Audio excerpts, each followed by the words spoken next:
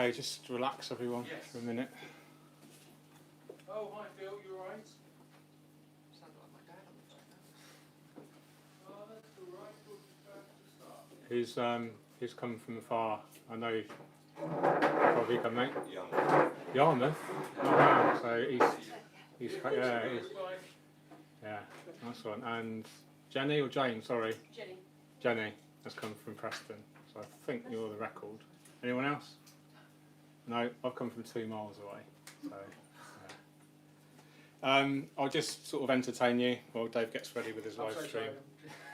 There's a few more people on the way anyway, Dave. Is that okay? Yeah, there's no. We've got 2 minutes until. It's quite. Have we? Oh, my watch is fast. Yeah. So thanks for coming, everyone, and it's really great to see you, especially people that have come from further away. My name is George, and I'm a full-time aquascaper, so it's my job to kind of make pretty fish tanks. It's also my hobby, so I'm a very lucky man. And thanks to Dave for inviting me to do a workshop for you guys. Also very lucky that I only live a couple of miles away, like I said. And it's an amazing shop. You know, I travel the world. I see aquascaping stores all over the world, and at the moment, this is definitely the best in the UK for aquascaping specialists. So, you know, it has a fantastic selection of hardscape behind you, second to none selection of plants. Absolutely, without a doubt, the best in the UK for plants at the moment.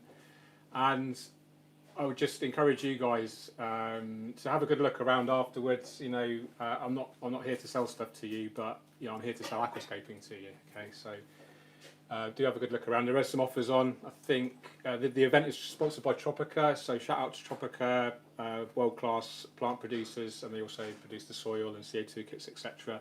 They are sponsoring the event, so we will be using exclusively Tropica soil and Tropica 1-2 grow plants. I'll talk about those in more detail later.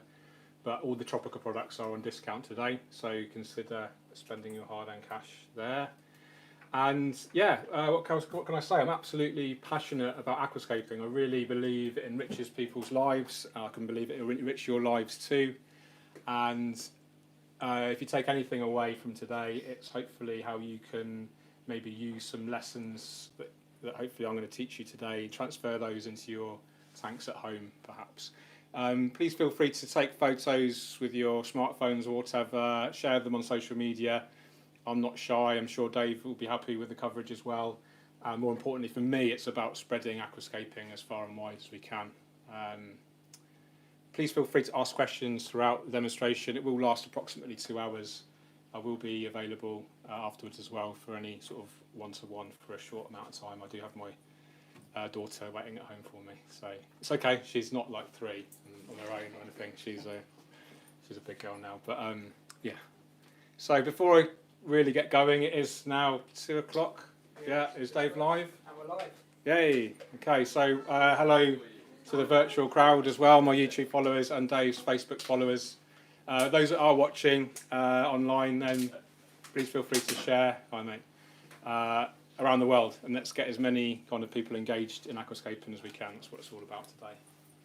So, any questions before we start?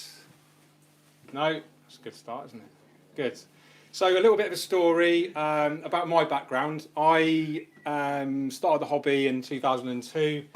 I was in the Royal Air Force, and I became quickly obsessed about aquascaping. I discovered the work of Takashi Amano.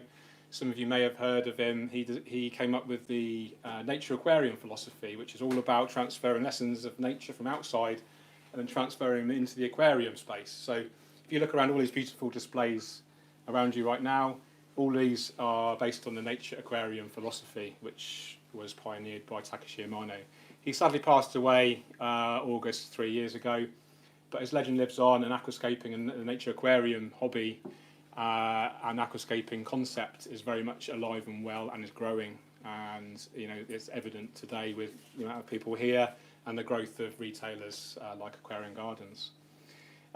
So I became obsessed basically. I've got a kind of character that once they get into something they really get into it, and aquascaping and the Royal Air Force career was sort of competing with each other. I was a weapons technician, and I had a tour of duty in Afghanistan. It was a bomb disposal tour, and I was attached to the army for 6 months, and it was horrendous. I saw lots of things, you know, that I shouldn't have seen, and it was a horrible time. And it was kind of a force for me to, you know, I want to change direction in my life, and I want to pursue something I'm really passionate about, because, you know, I think you only get one life, and you have to live it. So that's what I did. My ex-wife left me, and I thought, right, well, I'm going to go full-time into aquascaping. So that's what I did, and that was about 4 years ago now, and I'm really enjoying it. And I'm here today, absolutely executing my passion to you guys. So that's a little bit of a history. Today we're going to aquascape this beautiful Aquascaper 600 by Eeveelution Aqua. Actually, this is one of the first Aquascaper aquariums that I aquascaped, and it was for Dave a couple of years ago, and we created a classic style nature aquarium, which was what I call the classic George Farmer style. So it had Java ferns, crypts, anubias, sort of really kind of low maintenance, easy to look after plants. And it went on for about 2 years, Dave? Was it about 2 years it lasted, that scape? 2.5 years? Yeah, 2 years, 2 months, I think. Yeah. And the Java ferns that we were growing, I mean, I don't know if any of you follow me on social media, but I had one on my, big one coming out of my hair, just for fun. And it was huge, and I think Steve has sort of the legend of that fern lives on, and it probably live on forever. But today is a bit different. So I'm going to, the title of the workshop is Developing Your Aquascaping Skills. And actually I'm going to use it as an opportunity to develop my own as well.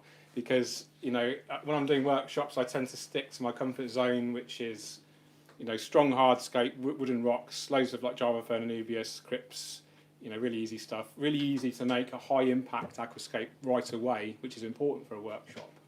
But today it's going to be a bit different. So we're going to be using exclusively tissue culture plants, Tropica 1-2 grow, which actually, and we'll talk about them in more detail later, are a lot smaller. So the impact is going to be not so big at the start. So you might think, doesn't look anything like these yet. You're just going to have to be patient and wait for the plants to grow, and the impact will come a few weeks down the line, if that makes sense. So I'm going to stretch myself. I'm going to use a different style of aquascaping that I don't normally use. It could all go horribly wrong. There's probably hundreds of people watching me online as well, so no pressure. But we'll see how we go. It's all part of the fun. Okay, any questions so far? No? Good. Just to show hands, who has a planted aquarium at home? Is that pretty much everyone? Who doesn't? Okay, 2 of you. Okay, great. Those that do, who has CO2 injection? Okay, good. Okay, who has entered an aquascaping contest before? Okay, one of you. Okay, good. Just getting a level of see how hard I have to try. Okay, that's awesome. So we talked about aquascaping and Hatake Ishimano, but what is aquascaping? Well, it's the beautiful art of creating underwater art forms. So if you think about landscape gardening, aquascaping is, landscape gardening underwater, aquascaping. And so we use the glass box, the aquarium, as a canvas, and then we use the hardscape, the rocks, the wood and the plants as paint. And the fish, almost like a moving paint. And it is an art form. I used to feel it's quite pretentious to call aquascaping art, but it absolutely is art. It's about composing materials, colours and textures in order to make something beautiful. So it is absolutely an art form. It's quite similar to photography. We use things like the rule of thirds for composition. So we'll talk about that in more detail later. But you can definitely transfer a lot of lessons from various art forms into your aquascape. So try not to think of aquascaping as just another form of fish keeping. It is for me, it is an entirely different genre. It is an art form.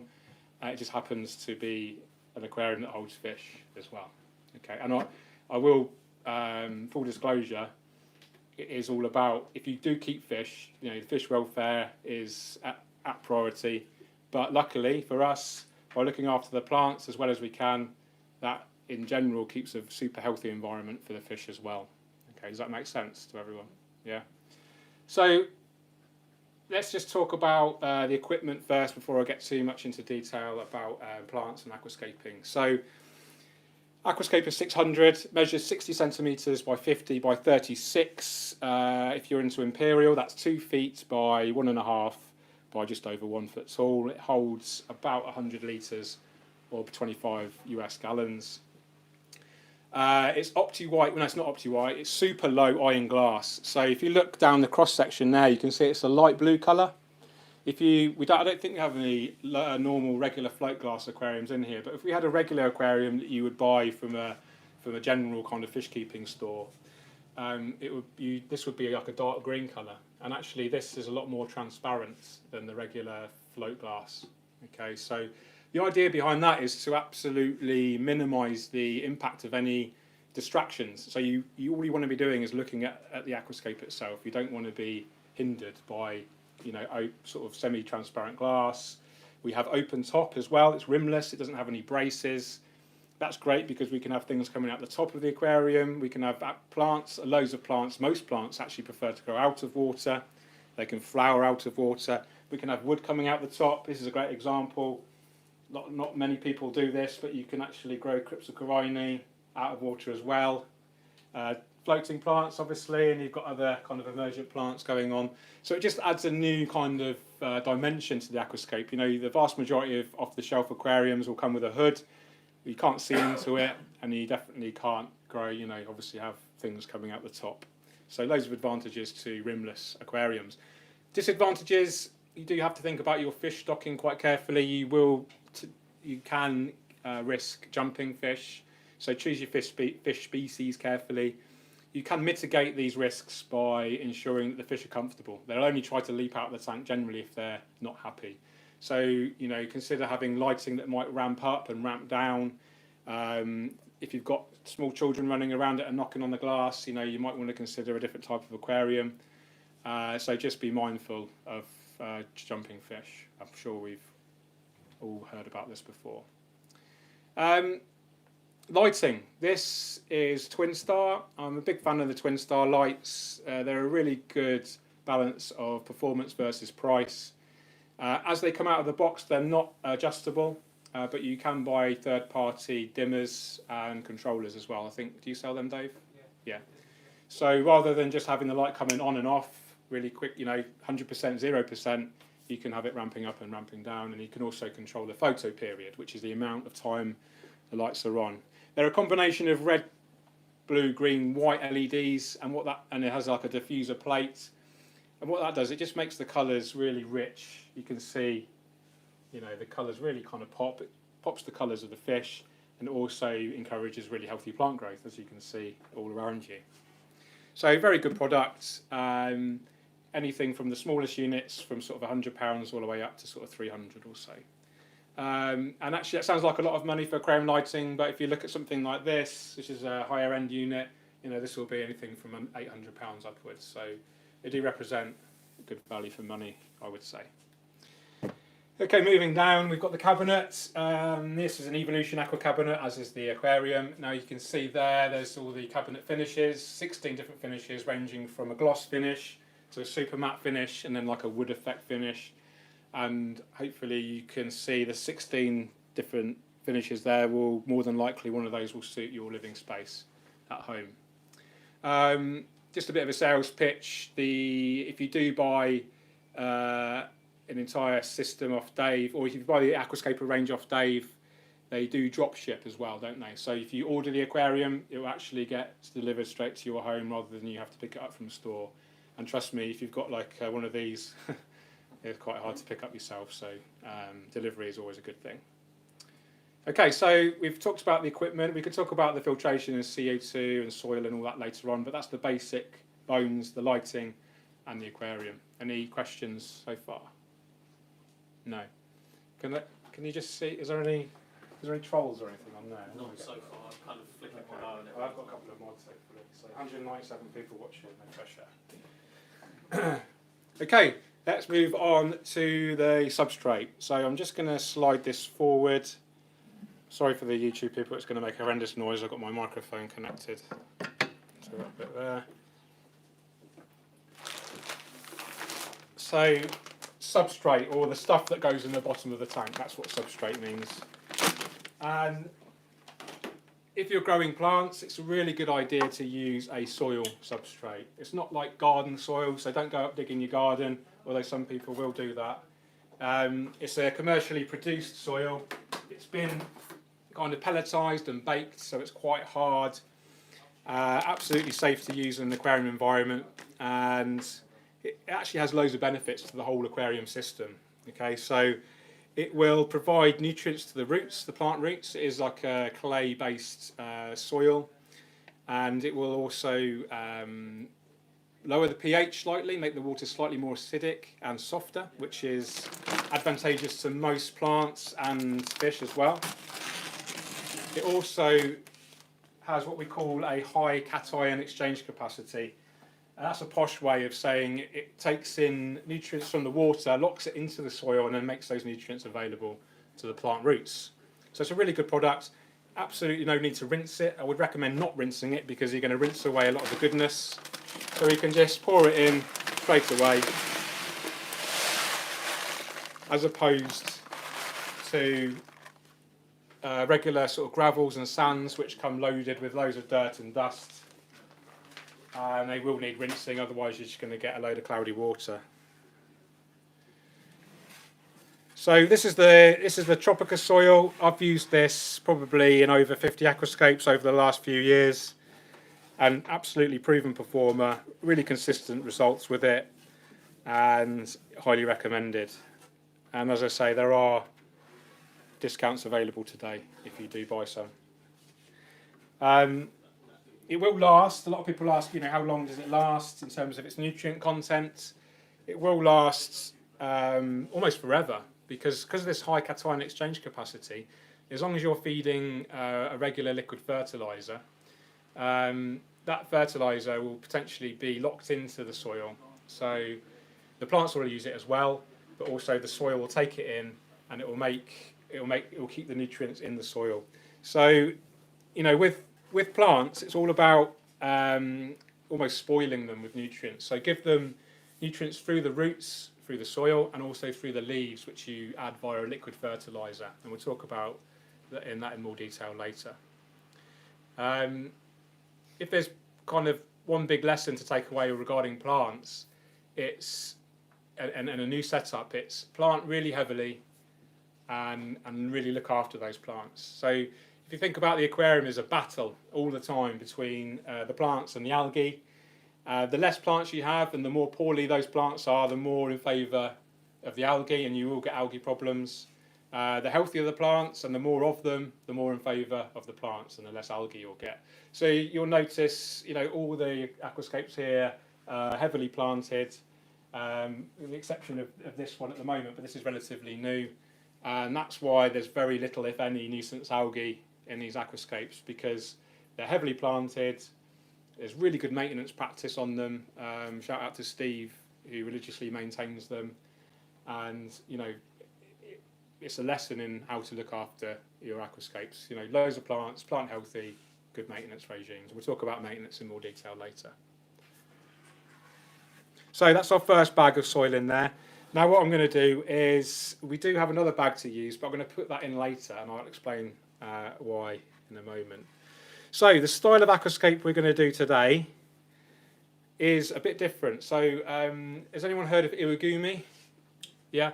So for those that haven't, it's a Japanese word for rock garden. So we're going to basically make a rock garden, and a very kind of popular style is to only use one, maybe two species of aquarium plants. This is a really good example of an Iwagumi here. And it's very kind of tranquil and minimal. So you're relying on one type of hardscape material, the rock, and then maybe one or two species of plants, and then probably one species of display fish. This is a really good example. Today is going to be a bit different. I'm really stepping out of my comfort zone. I'm going to use rocks, one type of rock, but I'm going to use loads of different plants. And I've never done this style of aquascape before, so I'm sort of challenging myself. I do get a lot of feedback from my lovely YouTube community saying, all your scapes all look the same, they're really boring, do something different. So here we go. I blame these guys if it all goes horribly wrong. So I'm going to put a layer of obviously soil in now. I'll put the rocks in, and then we'll put a second layer of soil, and it's a different type of soil, and we'll talk about that in more detail. So before I go and collect some rocks, does anyone have any questions so far? No? Yeah, you. Talking about the algae situation. Yeah. I've had my tank for about 5 months now. Okay. And it's been crystal clear the whole time. Yeah. And now the plants have all of a sudden started to grow, and now I'm starting to get algae problems. I've got bits of blue stuff, like navy blue, I don't know what the hell that is. Blue-green algae, that'll be. Does it smell? It's very tiny. It's just you can see it on the sand, like little teeny dots, and then that's all I'm getting, little tiny bits. Okay. And then I had some of that, I think it's called Hair algae? that grew on the top of the moss. Okay. I won't address your particular problem right now, but if you see me afterwards, but I will address algae as a whole. Yeah, I just wondered why it was getting... Why suddenly it's got worse? Well, there will be something amiss, something out of balance. Right. It could be something as simple as the fish have got to a certain size and they're producing more waste. The plants have used up all of their kind of nutrients that they've got held in them, and they're struggling a bit. And so might need to add more fertilizer. It might be anything as simple as a pollutant in the water. There's a myriad of things it could be, and it's often more than one problem. It's normally a combination of things. So in general, my advice to anyone with algae is just focus more on healthy plant growth. And that is normally, if you can achieve this, healthy plant growth, then it will just fight off the algae in the long term. It will take a while. There's no magic bullet. Some people will overdose like a glutaraldehyde product, which is super toxic, and I wouldn't recommend it, or hydrogen peroxide. There's lots of kind of things to kind of treat the symptom, but you actually need to treat the cause, which is more than likely lack of healthy plant growth. Does that make sense? Yeah. Okay, good. Okay, so I'm going to go rock hunting. So just bear with me a moment. Chat amongst yourselves.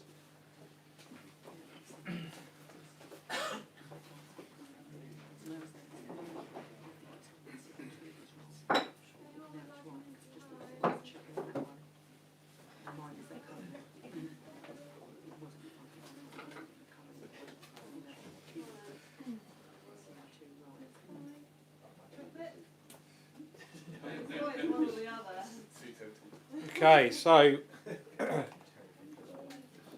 going to talk about rocks for a minute. This is called Frodo Stone, and it's actually quite a rare stone to find in the UK. It's imported from Eastern Europe, and it's a beautiful stone to work with. Now, some people think I'm weird when I say it's a beautiful stone.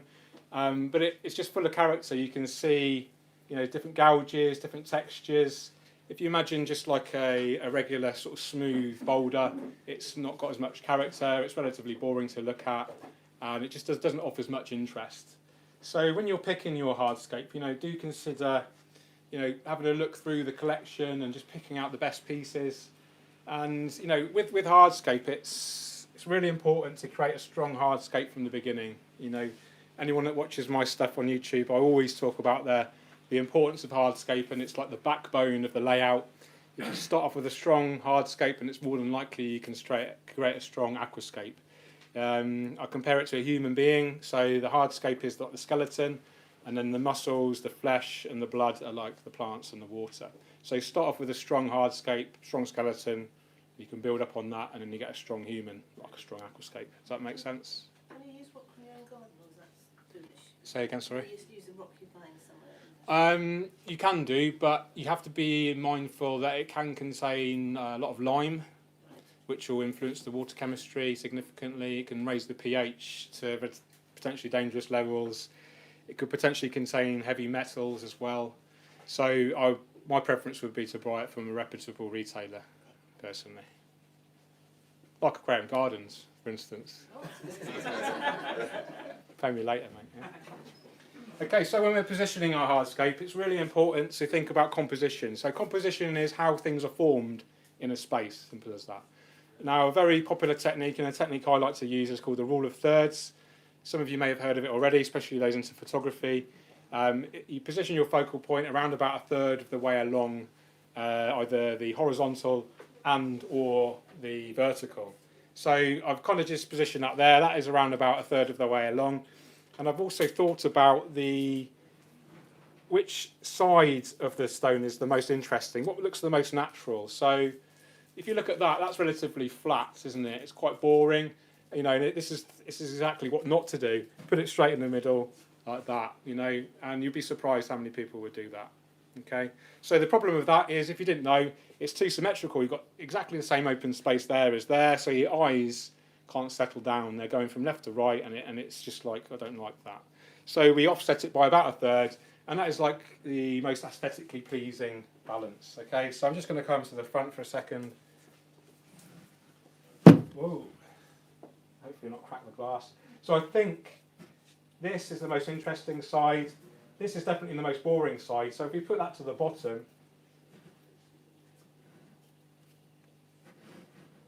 around about a third of the way along from the left,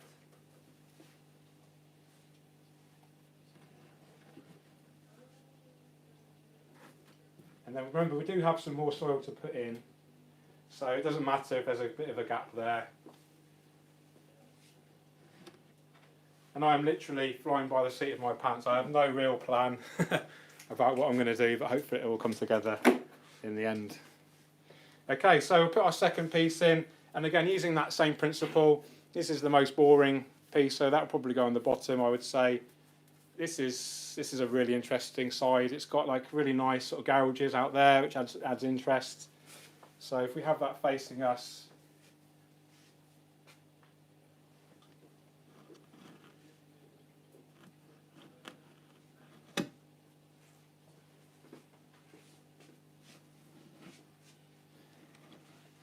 and with hardscaping, it's, you know, take as much time as you need.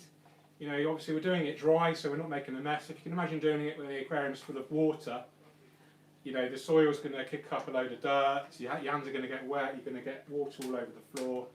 So really good idea to do it dry. And just take your time. You know, some people will spend months on the hardscape, you know, and they'll make literally sort of 3D sculptured underwater, you know, miniature worlds. The amount of detail these guys will go into is absolutely incredible. So I'm just going to put that there for now. We can always have a bit of a play around later. But this is a bit too symmetrical right now. So, you know, we've got one there, and they're both similar size stones. So let's try and offset that a touch with a third stone.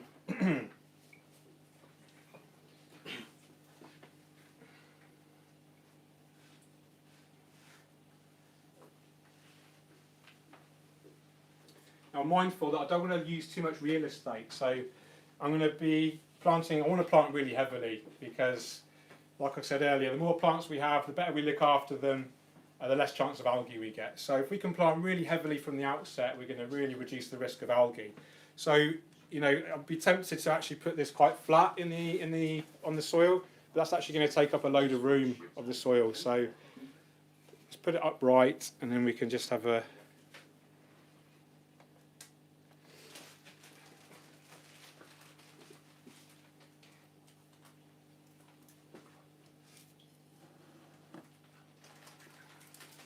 a sort of more advanced technique that you can use is deliberately using bolder, more kind of broader textures in the foreground, and then finer textures in the rear. And this gives you the optical illusion that the tank is actually deeper than it really is. It's like forcing this sense of depth, if that makes sense. So if you imagined, does everyone know what I mean by that? So if you imagine putting, you've got some like small plants here, which, you know, look, they're quite fine.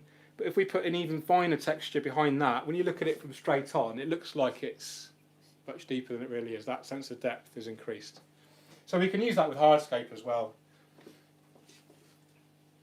And if I'm looking at it straight on like this, and I can see, you know, this peak here is just peeking out behind here, and if we had some plants between these, and this peeking out the back, that would really kind of add a nice sense of depth and make you kind of realise visually that the tank is actually really quite deep.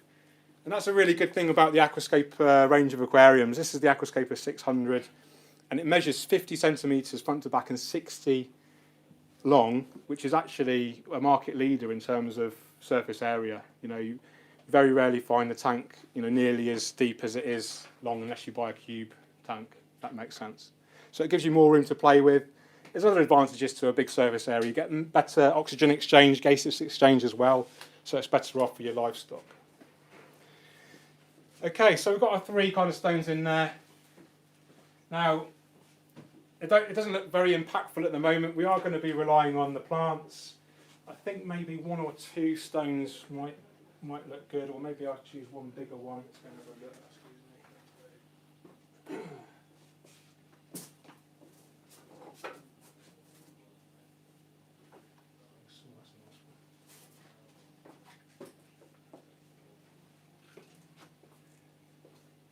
So I think Aquarium Gardens is only one of 3 retailers in the UK that sell Frodo stones. So if you do want to buy any rocks today, you know, this is quite unique, and you know, you're unlikely to find it easily anywhere else. So highly recommended. This is beautiful. Look at that. These gouges had loads of interest.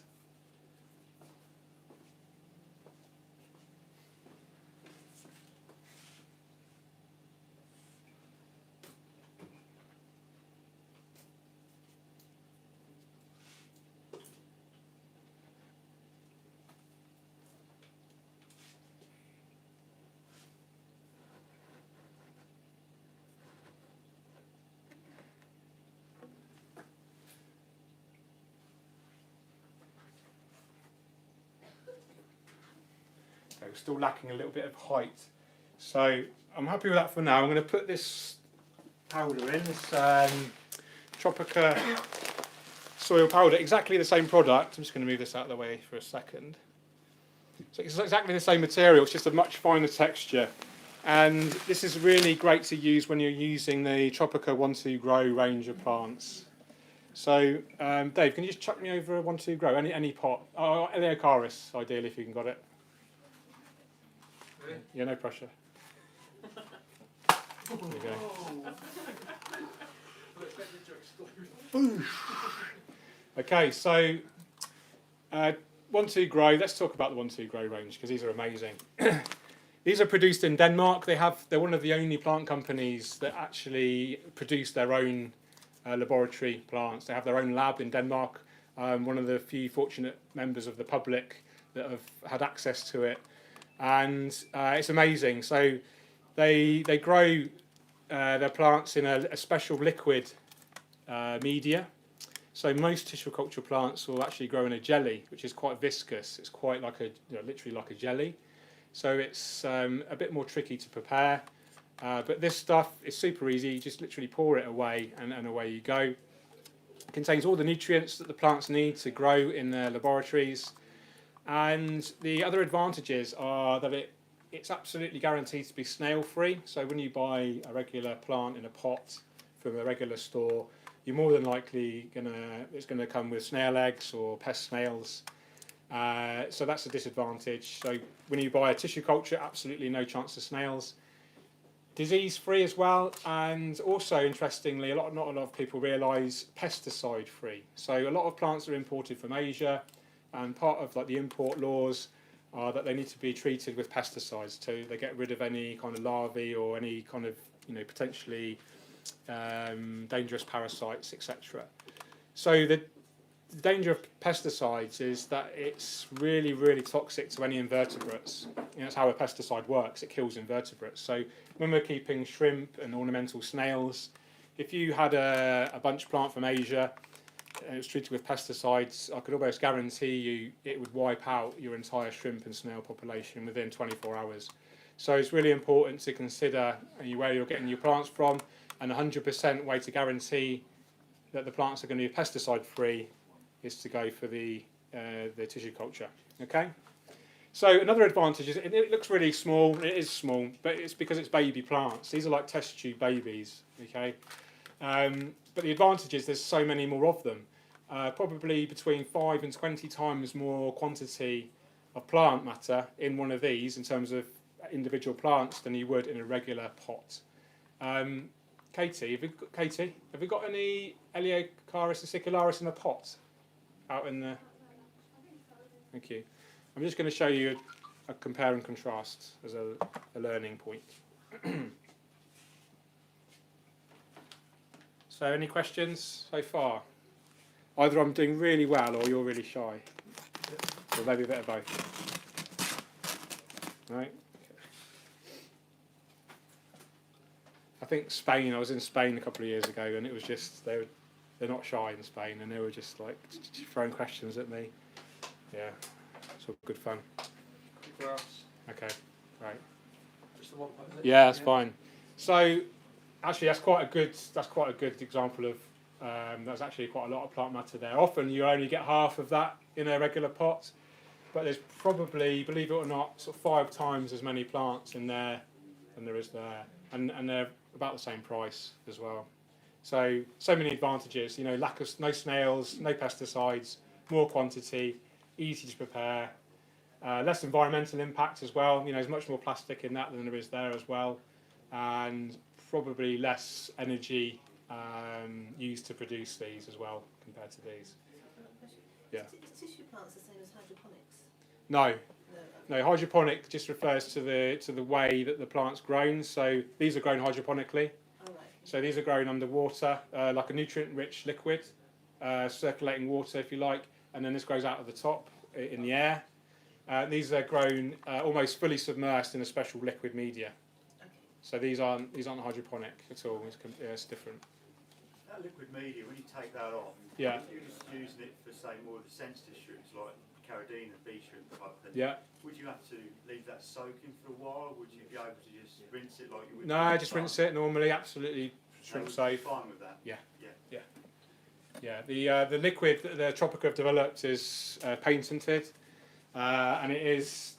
Yeah, they've done so many tests on it, and it's absolutely shrimp safe. I've used it with sensitive shrimp. So nothing to worry about there. And I would absolutely recommend, if you do want to keep sensitive, just use exclusively 1-2 grow. That would be my recommendation. The plants last a lot longer than this box if you don't open them. Yeah. I've got pods of home which I bought 2 months ago, and they're still Yeah. fine in there. So if you want to take your time actually building something, you're not convinced what you've got is right. Yeah. You can just leave it there and just. It's a really great point, and you can even put them in the fridge, and they'll last longer as well. In fact, the optimum temperature is 16 degrees Celsius if you wanted to buy a special fridge and keep it at that, like a wine fridge or something. For me, it's absolutely my favourite type of plant that you can buy. Best value for money, safest, most economical. It's just a no-brainer. A lot of the public, general public, are put off because it looks small. You know, they'd rather go in a chain store, you know, buy an Amazon sword, you know, that's this big, but it's actually only 2 or 3 plants. Whereas you could buy an Amazon sword in one of these, and they're probably like 20. And it will grow, if you've got the right conditions, it will grow to that size in a matter of weeks. Okay, I think I've done enough hard sell on the 1-2 grow.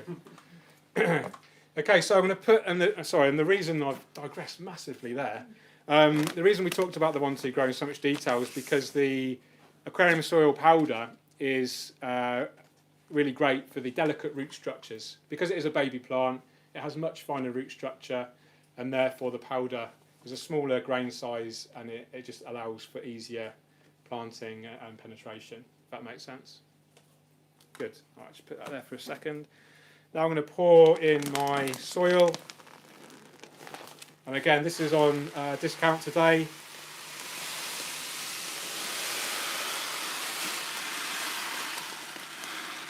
Don't worry, we're going to move the rocks around again in a minute.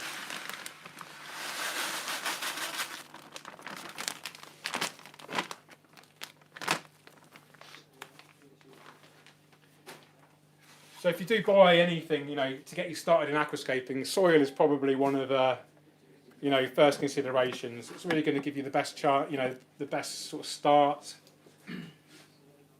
And after that, definitely buy as many plants as you can afford and you can fit into your aquarium. You know, some people, you know, you can spend literally, you know, this entire setup, like here, if you bought that as it is, the lighting, you know, the plants, substrate, filtration, CO2 kit, everything you see there, you know, you're looking at between £1,000 and £1,500 potentially. I'm not, there's no point in beating around the bush. It's not a cheap entry level kind of thing into the hobby. But someone might, you could spend maybe the 1,200 and then you'd have to buy your plants. And someone might think, I can probably save the money on the plants. I'll just buy 2 pots for £10. But you're just going to get algae because you haven't got, we talked about that war between the plants and the algae. If you start off with only a few plants and they're not particularly fast growing or well looked after, the algae is just going to completely dominate that war, and you're just going to be overrun with algae, and you're going to, you spent your 1,200 quid plus the £10, and that's just going to be, money down the drain. It's going to put you off the hobby, and better to invest an extra couple of £100. It sounds like a lot of money, it is, but you'll absolutely have more chance of success. You'll have a mature looking aquascape from day one, and you'll be rewarded with healthy plant growth and hopefully no algae, if that makes sense. Good. So let's go paintbrush somewhere. So what I'm doing now is really sloping that soil quite steeply to the rear. That's going to give us this enhanced sense of depth, like an optical illusion. We could use bulking agents underneath as well if we wanted to. There is the JBL volcano mineral, which is like a crushed lava rock, which you could use as a base layer and top it off with the soil if you wanted. Or you can even use plastic, as long as it's kind of inert and it's not going to influence the water. Plastic mesh. Has anyone heard of egg crate? It's like a plastic grid.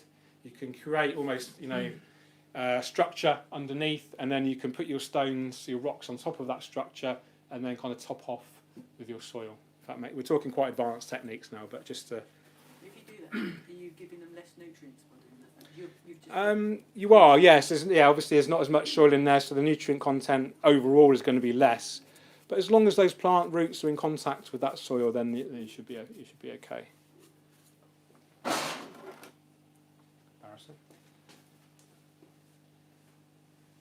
Okay, so this is a bit too far to the front.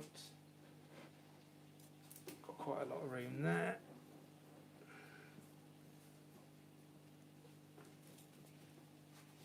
So we're trying to create a nice, sort of natural looking structure. Starting to sort of take shape now, hopefully. So you can see there's like a distinct line running up there. So that looks quite natural, hopefully. What we call these natural lines here, that we call that the strata, and you can line those up to make it look more natural, like it would in nature. And that's what we're trying to do. We're trying to, this nature aquarium concept that I talked about right at the beginning of the workshop. It's all about transferring this essence of nature into the aquarium. It's not necessarily about copying a landscape scene directly. There is a style called diorama, which we can do that if we wanted to. But it's just like an essence of nature. So don't worry about trying to mimic, like I said, like a mountain perhaps, or, a seascape. So we can actually get quite a lot more height now. And we've still got a fair amount of room for planting. So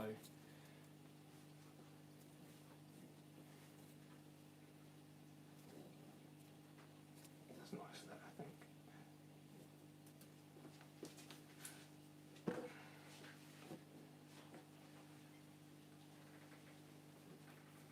Is this anyone's first visit to Aquarium Gardens? Yeah? Obviously being Preston, there's a bit of a trek for you to come every weekend, isn't it? Yeah, I've known Dave. How long have we known? 3 years? almost 3 years now, isn't it? Yeah, and the shop is just... So it used to be just this unit here, and we had one or two displays. I think 2 at the time, wasn't it? Yeah, and then moved into next door, and then recently moved into the third, so it's really great to see the shop doing so well. I used to maintain all the scapes for a while. Just down the road, it was really handy for me, and it's great to keep my eye in and do, but now I tend to be doing other things, so handed the baton over to Steve. How's that looking?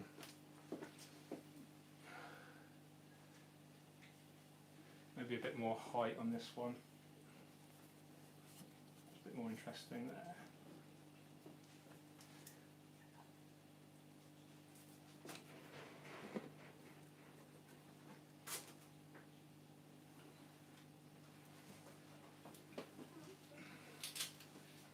So when you're doing this, you know, if I was at home now, you know, I'd just sit here for a while, maybe have a glass of wine, some nice music, and then just enjoy it. It's therapeutic, it's relaxing, and that's what aquascaping is all about. It's, you know, there's that evidence, clinical evidence that aquascaping, aquariums in general, help relax you. You know, they lower your heart rate, lower your blood pressure. I had a really interesting conversation with a guy in Birmingham. I don't know if anyone's seen the video on my channel. But he specialises in luxury aquariums, and he's actually a science teacher. He was a science teacher, and he talked about the human needs to have colour, movement, and water, and this combination of things is all kind of exemplified in the aquarium.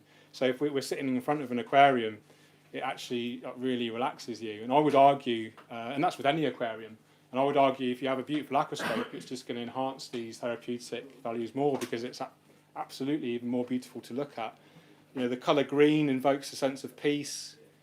I think as a human sort of inbuilt requirement to be near water, it makes you feel more secure. It goes back to sort of the caveman days when, you know, you had to go and find your own water. So, you know, I think it's something quite primal about why we love aquariums so much. But yeah, just enjoy it. Enjoy the process of creating it, and then the trick then is to enjoy the process of maintaining it, and that's where a lot of people kind of fail, and that's where a lot of people get algae and struggling plants, because they're not investing the appropriate amount of time in the maintenance and or the techniques.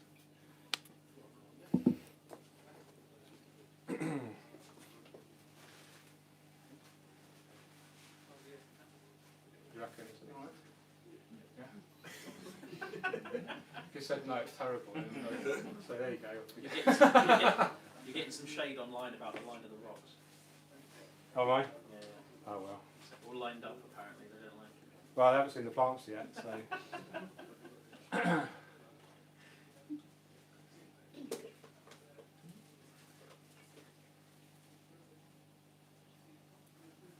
think maybe a bit of tension here. So we've got what we call like harmony and tension in aquascaping. So harmony is what I was just doing there, which was, as Chris pointed out, by the online community, saying it's all too much in line with each other. So we've got a direct line there and a direct line here, and it's all harmonised. It's all going nice and gently together, blending nicely. Which with the correct tension, we can deliberately do something a bit, you know, odd, and have that there, for instance, or there, and it's going to be a correct tension because it's opposed. That strata, that balance is opposed. But I'm just thinking about the planting as well, and I haven't talked about that yet. I'm just trying to formulate in my own mind what I'm going to do.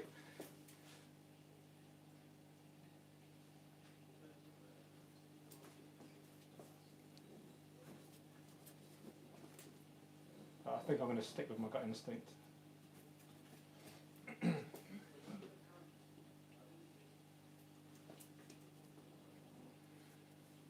The thing I've noticed about the online community, and I love them to bits, but you can never please everyone all of the time, so deal with it.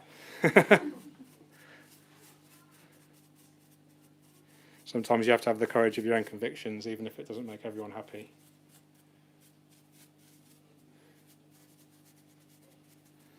Okay, there is a danger now that when we fill with water, the soil is quite loose, and the soil might slip a little bit, and because the rocks are quite heavy, they might shift. That's something that we will have to address at the time. We did talk about bulking out the bottom first with the volcano mineral or another product, but for now we're sticking with just the soil. What can happen is hopefully, if you partially bury the rocks in the soil, and then the combination of that and the plant roots penetrating into the soil, that will hopefully stop the soil from shifting around. A funny story, Steve, we took he had an Iwagumi, not the same materials as in here. I showcased it as part of the Urban Garden show for the RHS in Westminster. Was it last month? Yeah, October, it was like late October, wasn't it? Yeah.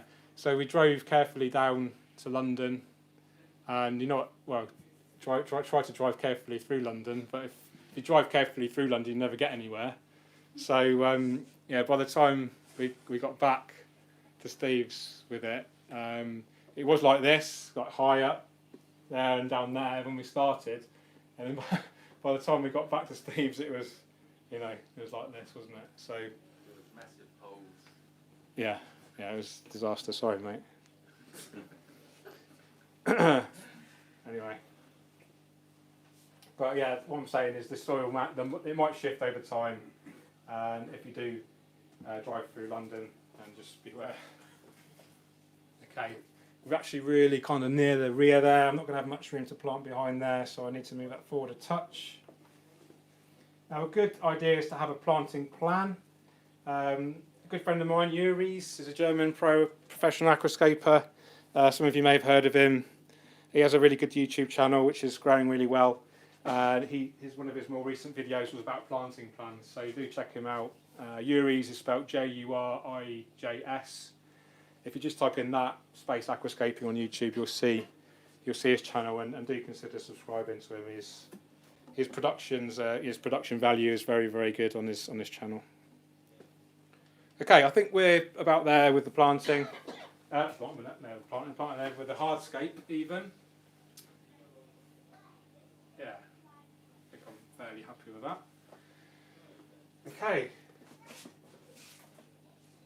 Now it's time to plant. Now, can I have a volunteer that knows what they're doing with plants? Steve, maybe? Yeah. Yeah? We just start prepping. So these have come direct from Tropica. We're only going to use the ones who grow, like I said, the tissue culture, and we all know why they're better than regular potted plants by now.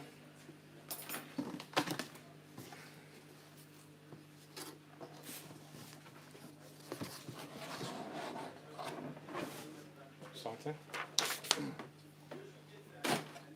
Now, Tropica went during over Christmas. Actually, can't see everyone. Sorry. They actually send you sweets as well, which is nice over Christmas time. But there isn't any in here, so disappointing. Okay, what I'm going to do is I'll prepare 1 or 2 pots, and then I'll get them over. That's for later.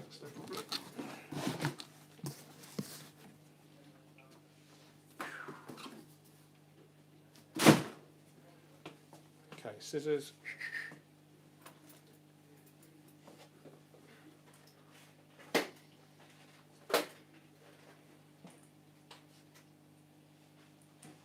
Okay. Do we start prepping now? Is that all right? Yeah.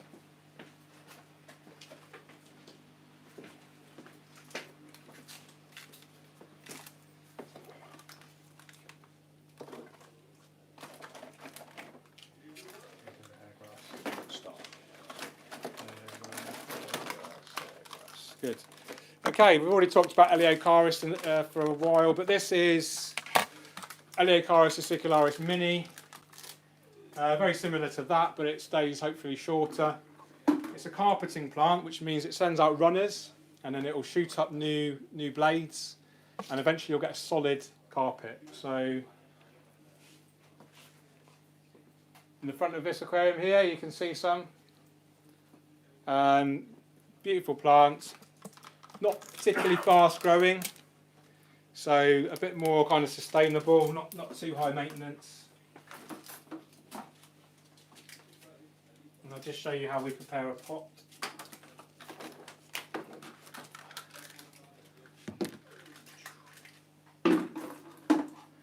Okay, so take the lid off. Fun fact for you, you can take that off so otherwise it will get too hot. The lids are actually breathable, so if they're shipped by air, what can happen is with the old kind of packaging is that the differences in air pressure can cause expansion, etc., and actually damage the plants. but because this is breathable, it allows the air pressure to kind of equalise, so actually the plants aren't affected so much. So this is a paint-tinted lid as well. So remove the lid, really easy, and then the plant will come out as one big clump, like so, and then you have the liquid in the bottom there. You want to remove as much of that as possible. You can rinse it off in water if you want to. No need to do that today. There's no livestock in here. There'll be a huge water change done tomorrow probably, so I'm not going to bother rinsing it in water. But if you're doing it at home, you probably want to. And now we just peel apart, and it should kind of unravel, like so. And then what we can do is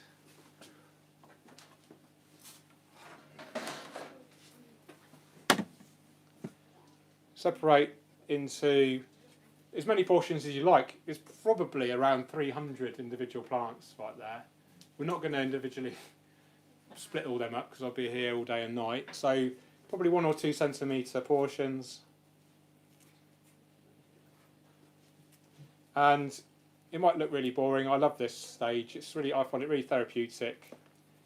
Again, you know, have some nice music on. Maybe a bit of red wine. Here's Christmas, mulled wine. And then just keep repeating that until you've separated all of the plants up. And then hopefully you can just peel that away again. I remember when I did my first ever planted aquarium, no one showed me how to do this. I'd never read any books. The internet wasn't really around.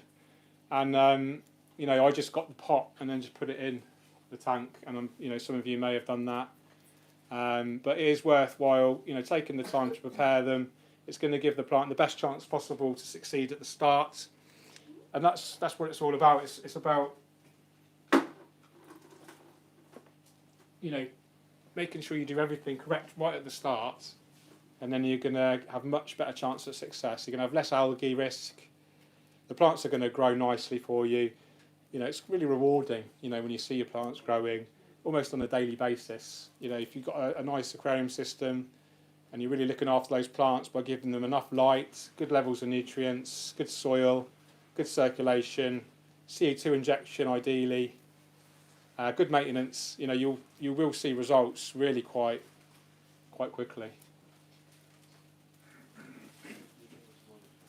Once that's grown and filled the area you want it to, Yeah. how do you then maintain it?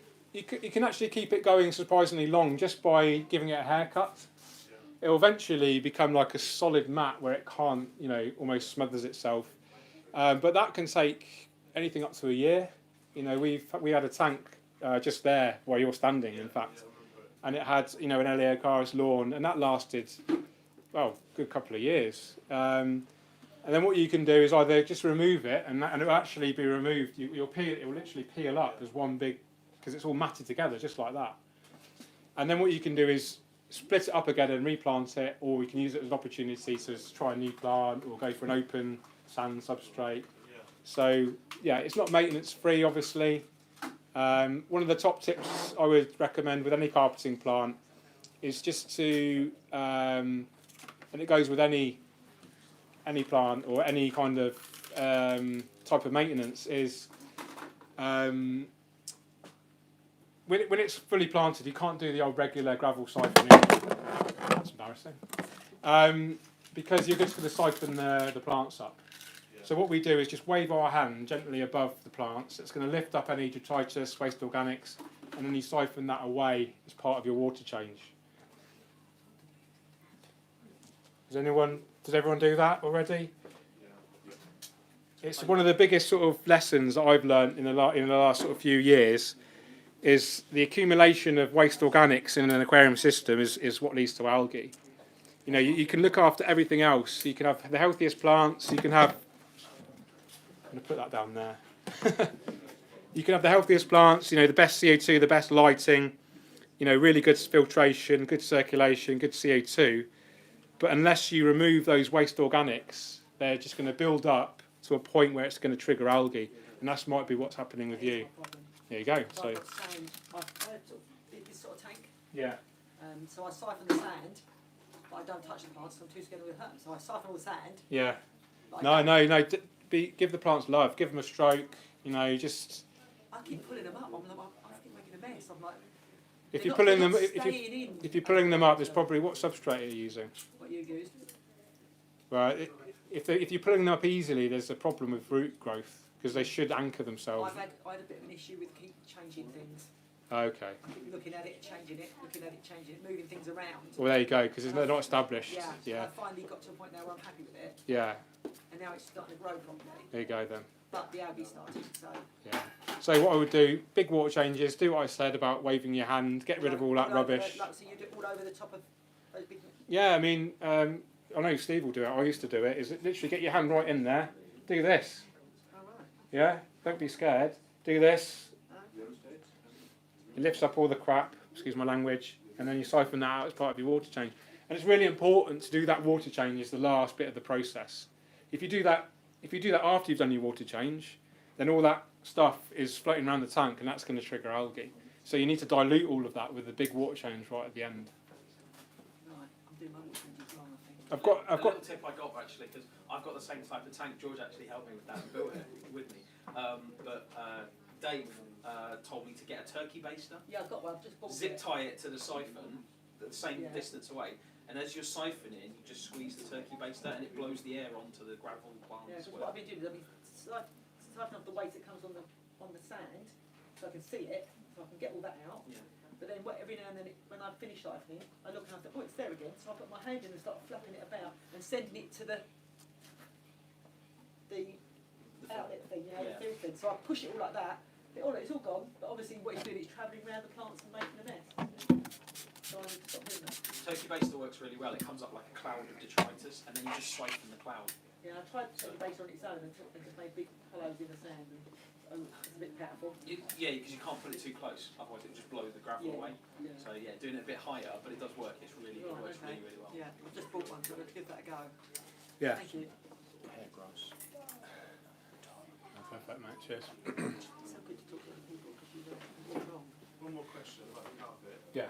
If you're growing it in a certain area, say up to some crypts, Just cut it. cut into the, Yeah, just cut into the roots and pull it out. Yeah, don't be shy. Yeah.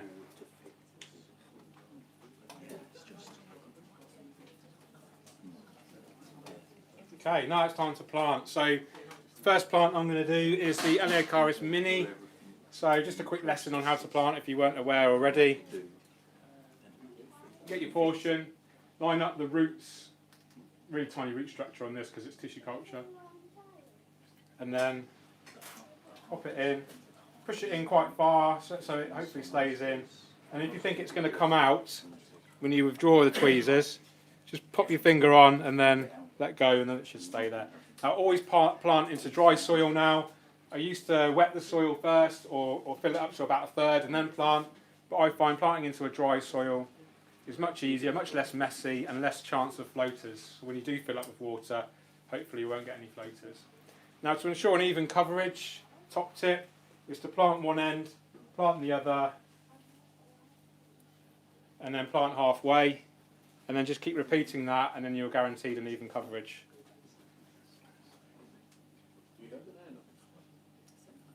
how far would the pot spread? Sorry? How far would the pot spread when you're planting it? Initially, how far would you do that? It depends. Well, depends on the species, depends on the size of the tank. I mean, do you mean how much can you plant with one pot? Well, yeah, well, that one specifically, how far would you, how far?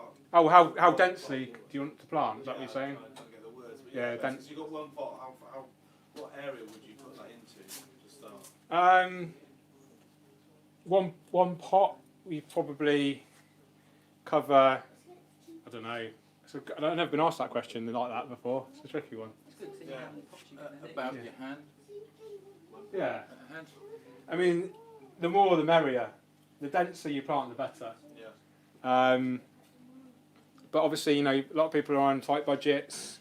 So, what I will say is, if you are on a tight budget, just split the plant up more. I did I called it the one pot challenge, and I had one pot of micranthamoides. Have we got any here?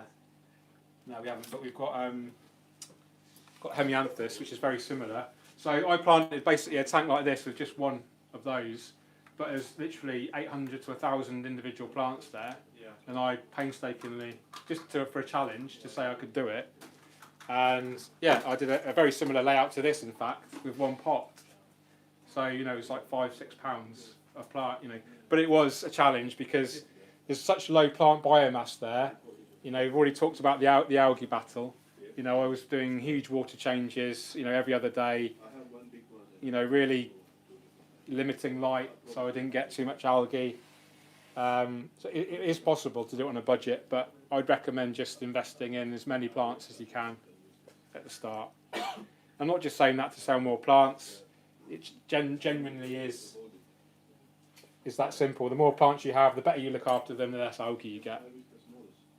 It's a really simple formula.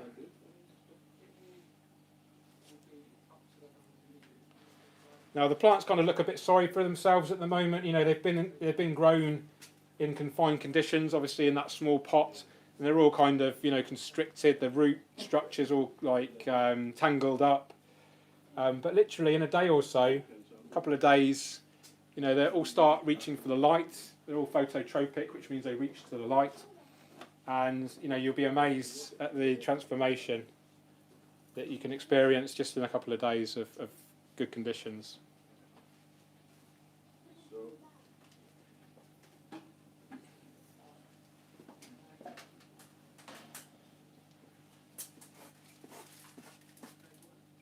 When you say that should stay short, Yeah, is that it's a bit weird. Is that if you've got good light? Yeah, normally with most plants, the more light you have, the more compact the growth, and vice versa. If you've got if you've got low lighting, the plant kind of gets leggy. It's really trying to struggle to reach the light as quick as it can, and then the nodal length, the length between the leaves in the stem plant especially, will increase because it's trying to grow, get to that light because I need it. Whereas if you're bombarding it with loads of light, it doesn't need to reach for the light, so it will grow much more compact. And yeah, I would say the same with Eleocharis. I've seen Eleocharis mini sort of grow this tall, and then I've seen it, you know, stay sort of less than, you know, like a centimetre. And you know, the thing with aquarium plants is that they do, their growth patterns, etc., do change a lot depending on their conditions they're kept in. So, you know, don't be disheartened if, you know, when you grow a plant it looks different to what you've seen in a magazine or someone else's aquarium. It's just the way it is. And it is sometimes a case of trial and error. You know, some people's aquariums are more suitable for some types of plants, and it, you know, like I say, it's a question of, you know, test and learn. But be patient. You know, invest in good equipment if you can. Invest in good hardscape, especially, and we've talked about the importance of planting heavily already, and healthy plants. So, you know, here at Aquarium Gardens, we're very lucky that even the potted plants are really healthy, and they're actually growing in their miniature greenhouses. I don't know if you've seen through there yet. They're little growing tents. You know, they're perfect. Interesting. I don't know if you guys know already, but most plants in nature grow out of water, and they only adapt to their underwater growth once the flood seasons come. So actually, a plant that's growing out of water is a lot more robust. It has to support its own body weight because it's not underwater. It has more access to CO2 and light. It's nearer the light. It's not shaded by any water. It has infinite access to CO2 because there's more abundance of CO2 in the air, and it can easily get hold of it compared to water. And so actually, when you buy a plant which we call immersed, out of water growth, it is actually a lot kind of more adaptable and hardy than buying a plant that's readily adapted to its underwater growth. So let's say you buy a plant, let's say you go to a famous aquatic retail chain store, right, and they're growing their plants underwater, or they've got their plants from the nursery and they're growing out of water. They get them in their holding tanks, and then those plants have gradually adapted to their underwater growth. if they're lucky, if they're not dead already. And then very likely that their water is going to be different to your water at home. And the underwater growth form of that plant is going to really struggle to adapt to any different in water chemistry to your water, if that makes sense. So you're better to buy the plant like from here, from Aquarium Gardens, when it's growing in its out of water form. Does that make sense? It's quite a tricky concept for some people to get. But now the great thing, another advantage of the ones who grow is that they're already adapted to their underwater growth because they're grown in a liquid medium. So actually they're in their submersed form and they'll start growing straight away in your aquarium because that they're not adapted to any particular water condition. They're just adapted to their super rich nutrients. You put them in a decent aquarium environment and they're just going to start growing straight away.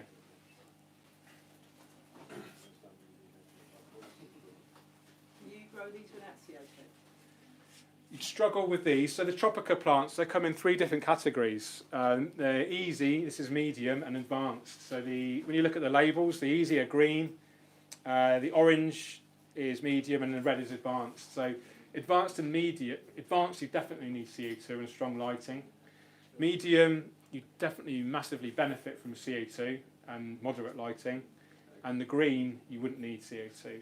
So what is the nearest green one to what you're planting now then? I would be going for, I'll go for something like Marsilea hirsuta, which is tissue culture as well, to the ones who grow, or Helianthum tenellum is another easy one. Seen some. This one here in the back right. Oh, right, yeah. It's like a little mini Amazon sword sort of thing.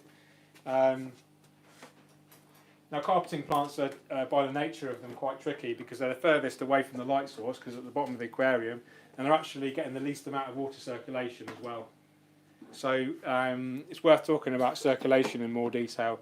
I always go for like what we call the 10 times rule, or at least the 5 times rule. So you calculate your aquarium's water, that's water volume, let's say this is 100 litres, and then that needs to be filtered ideally with an external filter rated at 1,000 litres per hour. So 10 times. Does that make sense? At least 5 times, so at least a 500 litres per hour filter. If you had much less than that, then the plants around here there's hardly any water circulation going to be hitting these plants. That means there's going to be dead spots. They're not going to be getting any nutrients apart from through the soil. You're going to get excess accumulation of detritus, and you're just going to experience, really poor plant growth. So this is why. Is that what those grey things are in the tank? The pump. Circulator. This is the surface skimmer. So that Oh, is it? it is extra circulation, which is a benefit, but it also helps to keep the surface absolutely clear of any scum. Most planted aquariums you'll experience a level of surface scum. I don't know if any of you guys have experienced it at home yet. I've got that one that's got the skin on it. Oh, they got the built-in. Yeah, they're really good. So yeah, circulation really important. Plants can't move by themselves, so you have to move the water for them, and you have to get those nutrients to the plants.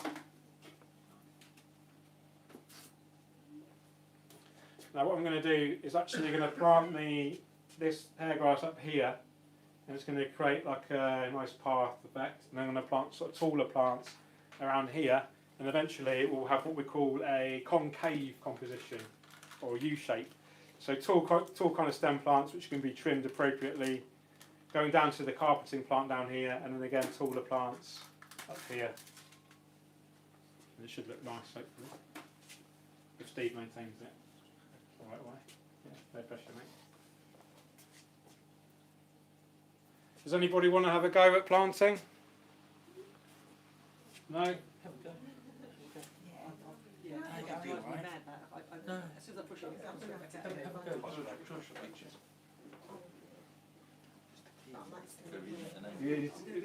The best way to learn is by doing it. Yeah? I'll go after that later. Yeah? I've got another pair we've got loads of tweezers. That's all go. Where's Dave? Dave, could you grab another set of tweezers? There's some here, one there. There's a straight one there. There you go. So if you just follow my lead, so just grab any of those portions there. What? Any one you want, yeah, that's fine. and then just line it up.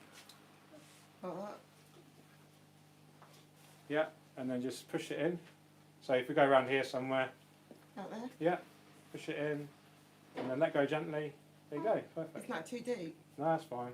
Don't worry. Oh, You go, yeah, use something better. I never know whether to use those. it's quite nice. We've got a new fan. Excellent. So if you just, so we're going to plant all the way up here, basically. So just fill in this gap here.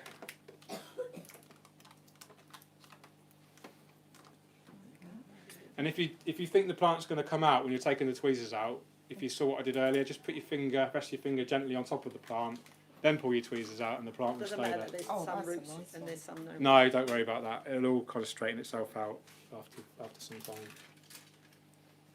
You've got your next Tricky, idea for your next aren't they? workshop, George. Get an 1800 and get everyone to do it all together. Yeah. I eventually want to be like a Mano and just sit there and point. Guy, Yeah. supervise. Yeah, like a conductor. Just split like that, yeah. Yeah, that's fine. This is it better, more fun than I thought. It is, isn't it? Yeah. Right, about there. 'Cause I wanna- Yeah. I wanna Try put to my- keep in between the rocks. So if you imagine drawing a line, Okay. yeah, imagine drawing an imaginary line between the rocks. That's it. And then if we plant in between there, Right, does that okay. make sense? So it's like a path. It's gonna. If you imagine, I'm trying to visualise what it's gonna look like Oh, once it's grown So in. it's going to go all the So, way do you along. want me to to Yeah. go in between them or further up? Yeah, wherever. As long, yeah, we've got loads to go. So plant it as densely as you like. This is exactly the tank I want to do next in a cube, Uh-huh. but oh no, it's not happening. Oh God, what have I done? Don't worry. Something. There you go. Perfect. But how do you get your depth in a cube? How do you? And also, would you be able to? Is it a cube tank you've got? Is it? Yeah, I've got the 600, which I've already done, which is one that I've been talking about. Yeah. And I've just got 2 cubes because I really like shrimps. Okay. So I've got some red crystals, and I want to make a nice little home for them. Mhm. So I like these style tanks, and I thought it'd be good because I could see the shrimps really well. Yeah. So the plan is to do that, but because you've got the 5 stones, I won't be able to do that in a small one. Or would I just go smaller stones? Go smaller stones. We could use wood. Yeah, the wood. I've had loads of issues with wood. I Uh, think because it floats away, and You can pre-soak the wood. You can weigh it Yeah. down. I found it's become. That's where my biggest problem was. It started getting loose when I was trying to clean things, Mhm. and then I felt that oh, this one's got loads of jelly on it. Shall I leave that one? Yeah. No, it's fine. No, no. Yeah. But that's not this. That's a different species. If Oh, you is leave it? these for now, I didn't see that. Yeah, So that's I'm blind. right. I'm going over here. I put the wrong one in there. Let me take that out. no problem. They all look similar and they're so Yeah, I small. didn't realise we had 2 different ones on Yeah. there. I've got my glasses on. So. Yeah, I'm blind without my glasses. Oh, that drives me mad. And then maybe if you focus more in the front now, planting in between the other. Right, in Portions. between there, like that. Yeah, yeah. Just in the only open spaces, just pack it out as much as we can. We've got loads of plants to use, so don't be shy.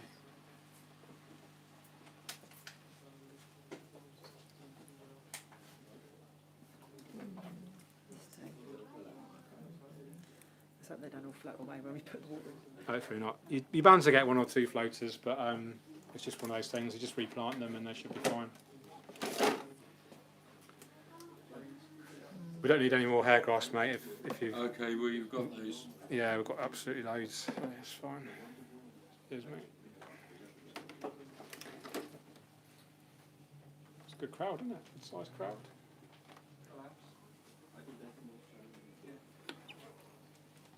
With George, with Crips, I see sometimes you have a YouTube friend, Uris, yeah. He cuts off the leaf and the root really short. Yeah, he does, yeah. Stop the melt, but I was wondering why, because my videos, I haven't seen you do that. I don't do that because I like to see it look nice right from the start. And I don't actually get much melt, so for whatever reason, probably water chemistry. They just seem to suit Crips where I live. But yeah, it is a common technique is to actually trim all the leaves off, and then the new growth will be adapted to its underwater form. Absolutely loads of melt on there. absolutely loads. Yeah. I thought I'd lost half of them. They did grow back though, don't they? I took a few out because they were really melted. Yeah. I thought it was because I'd run the CO2 wrong. So it's not the CO2 that I've done wrong. It's to do with the roots, is it? Yeah, probably. 'Cause I thought I didn't have my CO2 right to start with. I had it quite blue. Yeah. I didn't realise that it should be as green as it was. I had to watch your videos over and over and over till I got that right. All right. Okay, don't worry. And by then I thought, okay. Because this is my first go, so. How small do you want them there? Quite big. Quite big. Yeah. How many have okay. you got? How many You've got I like another- doing the front ones because the front ones it's too shallow at the front. I It's was really thinking, hard. Yeah, another that's two. what I just said. Yeah. Well, is it hitting the bottom of the glass? Is it? Yeah, That and is it's it, harder to yeah. put them in without bouncing back out. Cool. Do you want to just move to the side so the? Sorry. Better? Yeah, that's okay. You just. I'll do it. What can happen is if you have it right up against the glass, you see the root structure and it looks a bit funny. So if we So go don't right up put them against against the right up against the stone there, Okay. and then just put your finger in. There we go. So Need a bit there. One there. probably a bit more and then a bit more around here. Having fun? Yeah, it's Yeah. lovely. It's good, isn't it? You guys having fun watching us do this? I've forgotten all about it, guys. It's quite therapeutic. I love it. This bit. Do forget about people. Right, this is a bit shallow. Oh God, where's it going? Oh, that's now. All this grassy stuff.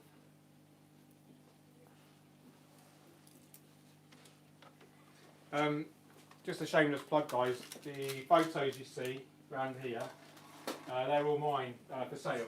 So if you like something a bit unique, they're all my own photographs, printed on high quality paper. I can sign them if you want me to. But yeah, something maybe for Christmas. If you've got a partner that's into fish, or there's a mud skipper there. There's a black widow tetra, discus, gold tetra, Malawi cichlids even. So. That one's just sitting there. I'll go in there. Oh, don't worry. It's quite shallow around there, isn't It it? is, yeah. It's fine, don't worry. That's better.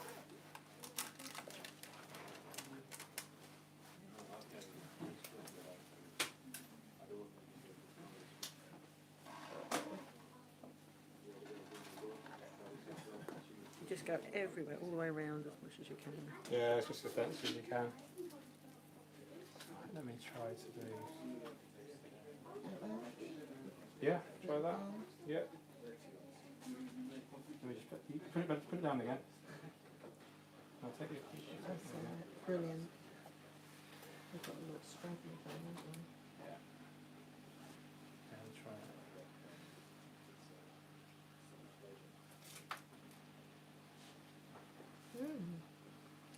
Okay, you sit down, guys. That's plenty. Thank you very much. Thank you for your help. Everyone, round of applause for the two volunteers.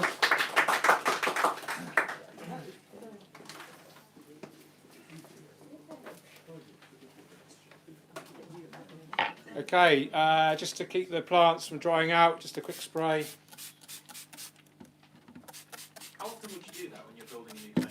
Just like spray over the plants as you do? Just every few minutes or so. Some species are really susceptible to drying out. Yeah, that's what Microsorum, and Bulbitis, and Echinodorus are the three you really need to watch out for.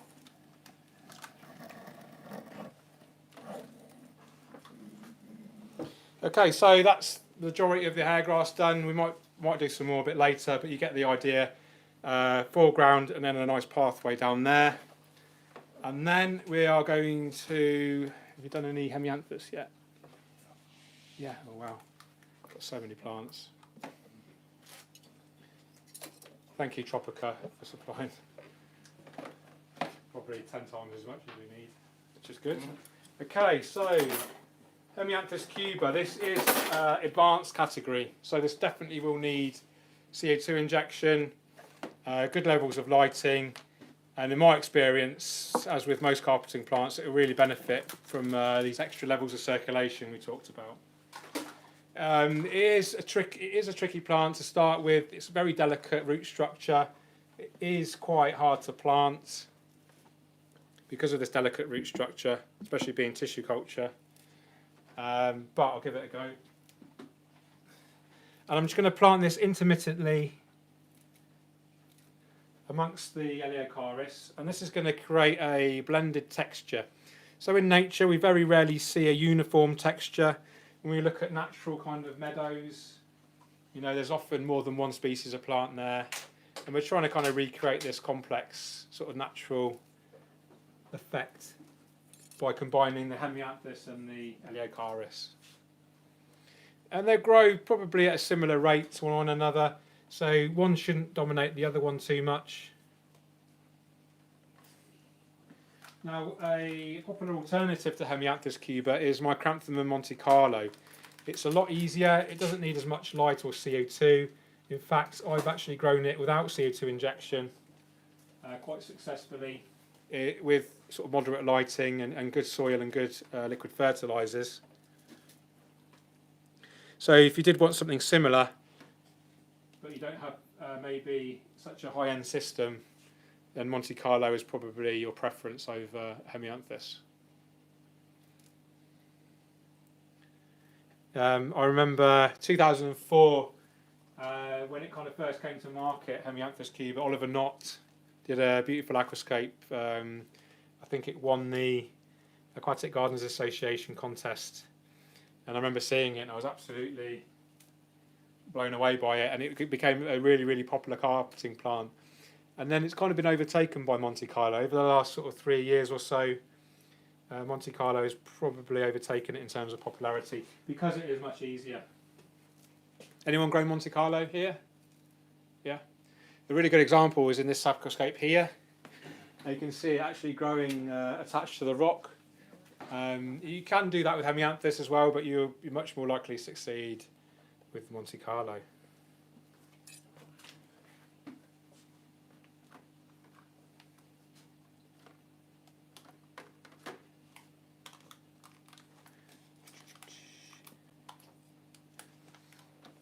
Anyone from the UCAPS forum here? UK APS, UCAPS? Browse. You browse, yeah? I don't go. I manage the Facebook page now. I've started to try and do more content on Facebook, but yeah, the forums are kind of dying out with the advent of Facebook groups, etc. It's a bit of a shame. I find Facebook groups harder to kind of search for things and less likely to get reliable information on some groups. If you want really good information, just check out my YouTube channel. What, you don't have a forum? Well, I used to run UCAPS. I co-founded the UK Aquatic Plant Society, so it is kind of my forum. But yeah, I let the moderators look after it now.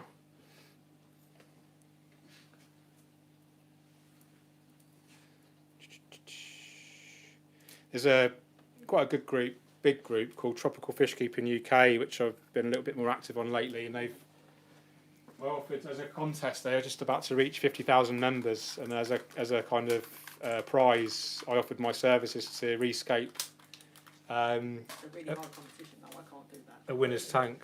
Have you done it? I ended it. Oh, what, Did you enter it? People were putting on things like my child's dying and things. I'm thinking, can't compete with that. Yeah, There was a lot of people using children as a thing, and I can't talk about it because it's obviously we're live right now. But the winner is very worthwhile. I'm just going to say that, and it's nothing to do with children. So. I think I know who the winner might be. But Yeah, we'll talk about it later in private maybe. But aquascaping is growing, you know, and a reflection of that is the growth of Aquarium Gardens now expanding into 3 units, and every time I come in here, it just looks better and better. More customers in store. You know, when I think Dave will admit when he started out, he was twiddling his thumbs a bit in terms of getting customers in the store, and now it's look at the place now. It's just amazing, and for me that is just to see aquascaping growing, in the UK, it's just really great to see. So you can see what I'm doing. I'm just looking for like the most open areas in between the Eleocharis, and then just popping in the little portions of the hemianthus. The hemianthus was prepared exactly the same way, almost as the Eleocharis. It doesn't unpeel like it does with the Eleocharis, but you can see, Steve's prepared it nicely, kind of 1 centimetre clumps. There is another way you can prepare hemianthus. You can, with the potted version, it's grown in a rock wool, like a mineral wool, and you can trim the rock wool about 1 centimetre below where the plant's protruding, and then you can kind of separate the rock wool and the plants in individual portions, and then plug the rock wool and that plant in. Does that make sense? It's hard to describe, but I would recommend if you can get hold of the 1-2 grow, that is the best way. Much better value for money and all the other advantages. So this is going to be a relatively high maintenance layout, so good luck, Steve. We're going to have lots of stem plants as well in the back. We'll talk about them in more detail because it is almost like a separate level of maintenance with stem plants. It's really important to do massive water changes, especially in the early stages of an aquascape's life. So, my rule of thumb is ideally you want to be doing in the first week a 50% water change every day for the first week. Second week, every other day. Week 3, change 50% of the water every third day. And then week 4, you can go down to a 50% water change once a week. Now, you can always change more than that. I think, Steve, what do you do on your tanks at home? Two a week? 2 a week ideally, weekly. Yeah. Definitely weekly. And These tanks here, 100% water change every week. 100%. So we do like we don't drain it right down to there. No. We do like a running water change. So as it's filling from the mains, we're siphoning out as well. But the more water changes, the better, really. It's all about diluting this accumulation of organic waste. And not just organic waste that you can physically see in terms of the dirt getting kicked up in the water column, it's the dissolved organic waste as well, which is just a symptom of all of the biological processes that are going on constantly in the aquarium. Even if you don't have any fish, the plants are producing waste, the bacteria is producing waste. If you had a matured filter, would you still do those water changes? You could get away with less, that's a really good point, and a mature substrate especially as well. You could get away with less, definitely. What would you do with a matured filter that had been running for a while? Would you cut them down to half them amount of water changes? Or? Yeah, there's no fixed, there's no like set equation or formula. It's the more the better.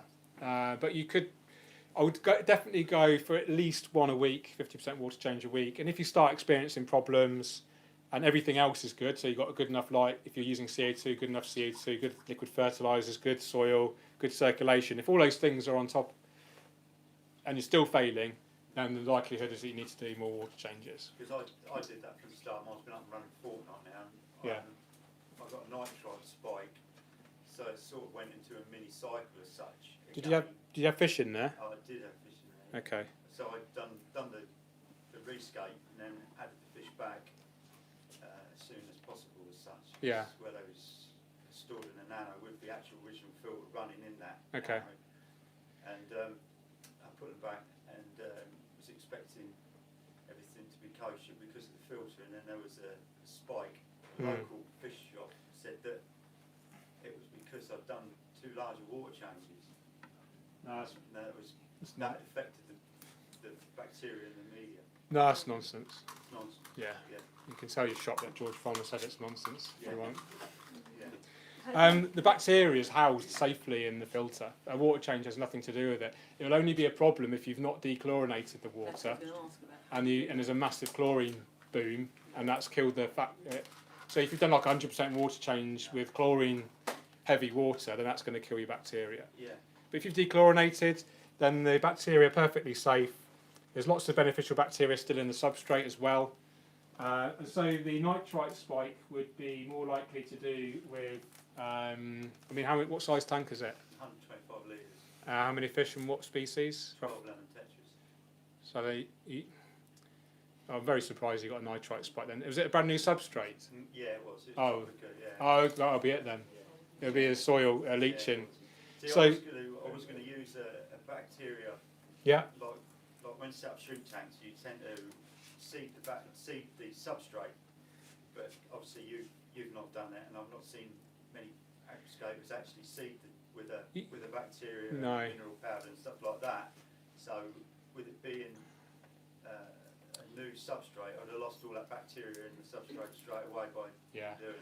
Yeah, so you and also the substrate can have ammonia in it as well. Yeah. So you probably had a little ammonia spike that quickly got converted to nitrite, and that's where you got your nitrite spike. So what I would have done personally is more water changes to dilute the nitrite because it's toxic, really toxic for fish and shrimp, and then added a well-known good quality bacteria product such as Eeveelution Aqua Pure, or Seachem Stability. They've got another one now, seed. That's what I've used. Right. I've used that for a week, and that's gone. Yeah, there you go. And a lot of people used to think that these bacteria products are a load of nonsense, but they do genuinely work. I've done a lot of work with Eeveelution Aqua. I've seen the factory where they produce the bacterias, and trust me, they know what they're doing, and it is a genuinely good product. How do you cope with the chlorine then if you're taking water in and out? How do you? We just add it right at the beginning of the process. So you put it in the tank? Yeah, Tank, yeah. Rather than into the water? 'Cause Yeah. I always do my changes in buckets. Like Just you can maybe dose like 2 or 3 times as much if you want, and then it should look after. Luckily, actually, the chlorine levels in our area are very low. So I don't know, where do you live? near Stansted. Oh, okay. And the water's really, I mean, the pH is sort of 7.8. Yeah, I mean it's high, similar too to here. hard. Yeah, similar to here. But I mean, I've tried, I get confused with all those products because you have like API stress, which is a good chlorinator, and then you got Seachem's Prime, and that's a they all. They all do similar to. to. Can you use one? No, just use one. Just stick with one brand. Yeah. Seachem Prime is very good. I recommend that, and Yeah, it's very that's good what I value because it's very concentrated. Yeah. So it's best value for money. It's a proven performer. So that's my choice for dechlorination. But yeah, just stick with one brand. And a real good bit of advice in general is, a lot of people reach for the internet for advice, and it's great, but there's a lot of conflicting advice. Okay, so what I would do is go onto a group or just strike up an acquaintance with someone that knows what they're talking about, and then just follow that one person's advice that succeeded. By mixing and matching different people's advice, you're likely going to fail because a lot of the systems are designed to be followed in a certain sequence, and if you deviate from that, then you can fail. So just follow one reputable advice. So there's a guy called George Farmer. He's got a really good YouTube channel. I know, I've heard of him. Yeah. And it's a really good point that there's many ways to achieve success in this hobby. My way isn't the best way. It's just the way that I know that works, and it's worked for years. A lot of people will, you add too many fertilisers, you do too many water changes. Well, that's fine, but I get really good results. Fish don't die. His fish don't die. I've bred pistogrammas in like super hard water. And I've achieved different levels of success. But my way isn't the only way, and I never pretend to know everything either. There's always something you need to learn. But yeah, my top advice would be just to follow. Dave and Steve, we all follow the same methodologies. Big water changes, add fertilisers every day. Don't worry about reverse osmosis water. Don't worry about testing your water. So by doing these big water changes every week, you're resetting all those levels anyway. Do you know what I mean? If you've got healthy plant growth, the water quality is fine. If you've got healthy plant growth, there's going to be enough oxygen, there's going to be enough nutrient removal, beneficial bacteria, and everything I've for only the. been doing 30% changes because everyone says 30%. So Yeah, the more the merrier. So I like Yeah, the more the merrier. During these large water changes, how often do you clean your filter? It depends on the filter itself, depends on the size of the tank. Again, there's no kind of fixed rule. I like to use the Oase Biomaster filters. So these have a built-in heater, which obviously you don't need an ugly heater in the tank. And they also have a really cool quick-release pre-filter.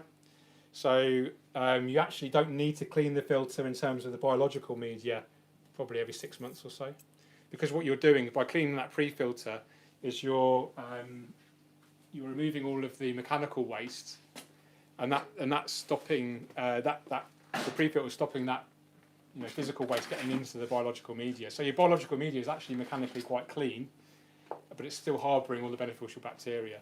So actually you don't need to clean. The only sort of I would clean it more in terms of making sure the impeller's clean and the actual kind of internal plumbing of the filter's clean, because your hoses get clogged up with detritus and organics. It's the same actually inside the filter itself. So that every 6 months or so is general rule of thumb for me. So like on the JBL ones, the filter's on the side, the sponges at the top, Yeah. where the water originally comes through the start. Yeah, that's right. You Clean them. You could clean. Yeah, you clean them more often, and it's a bit of a pain, obviously, with the JBL. I mean, don't get me wrong, JBL are great filters. I have them running at home on my bigger tank. Really love them, but in terms of maintenance, they are, higher level. I mean, you clean. We clean the pre-filters in here probably. I know we used to try to do, and I do at home on my home tanks, the pre-filters every week, because if you don't, it gets clogged up quite quickly. And then you're going to reduce your flow rates, and it's going to give you poor circulation. So it's worth keeping on top. I'm just going to talk about this plant here, Staragani repens. This is a great kind of transitional plant, we call it. So we've gone from like a really kind of low carpeting plant up to a transitional plant. So I'm planting this in between the carpeting plants and the stone, and it gives another extra texture, extra kind of colour, different shade of green. And this will stay quite low as well under good lighting. It will bush out, and it should look really nice, hopefully. So I'm just going to plant this. When you mean transition, do you mean like a border style plant? Yeah, exactly. Yeah, a transition from one thing to another. Yeah.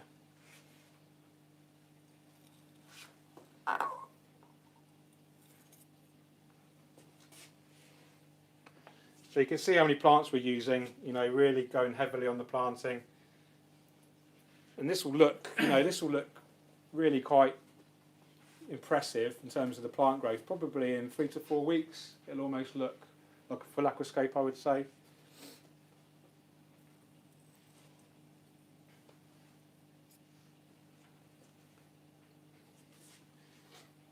I'm quiet.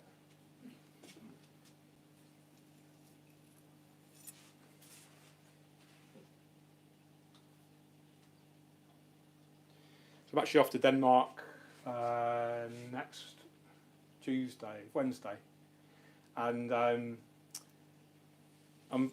it's a really cool project I'm working on. I can talk about it, but I'm working on an e-learning package for retailers. So Dave doesn't need it because he knows what he's doing, but a lot of retailers in terms of aquascaping and plants don't really know what they're doing. So there's going to be, hopefully quite soon, a new kind of e-learning series of videos that retailers can learn from, and then hopefully they can learn all about plants, how to grow them, how to create nice display aquariums, and then customers like you guys can walk into hopefully more stores, and the retailers will actually know what they're talking about in terms of aquascaping, etc.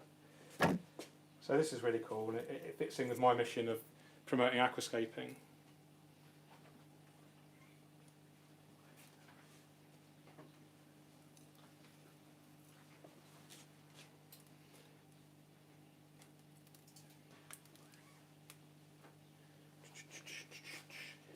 So Tropica, they do the soil, which we've got in here, obviously the plants, and they also do liquid fertilisers.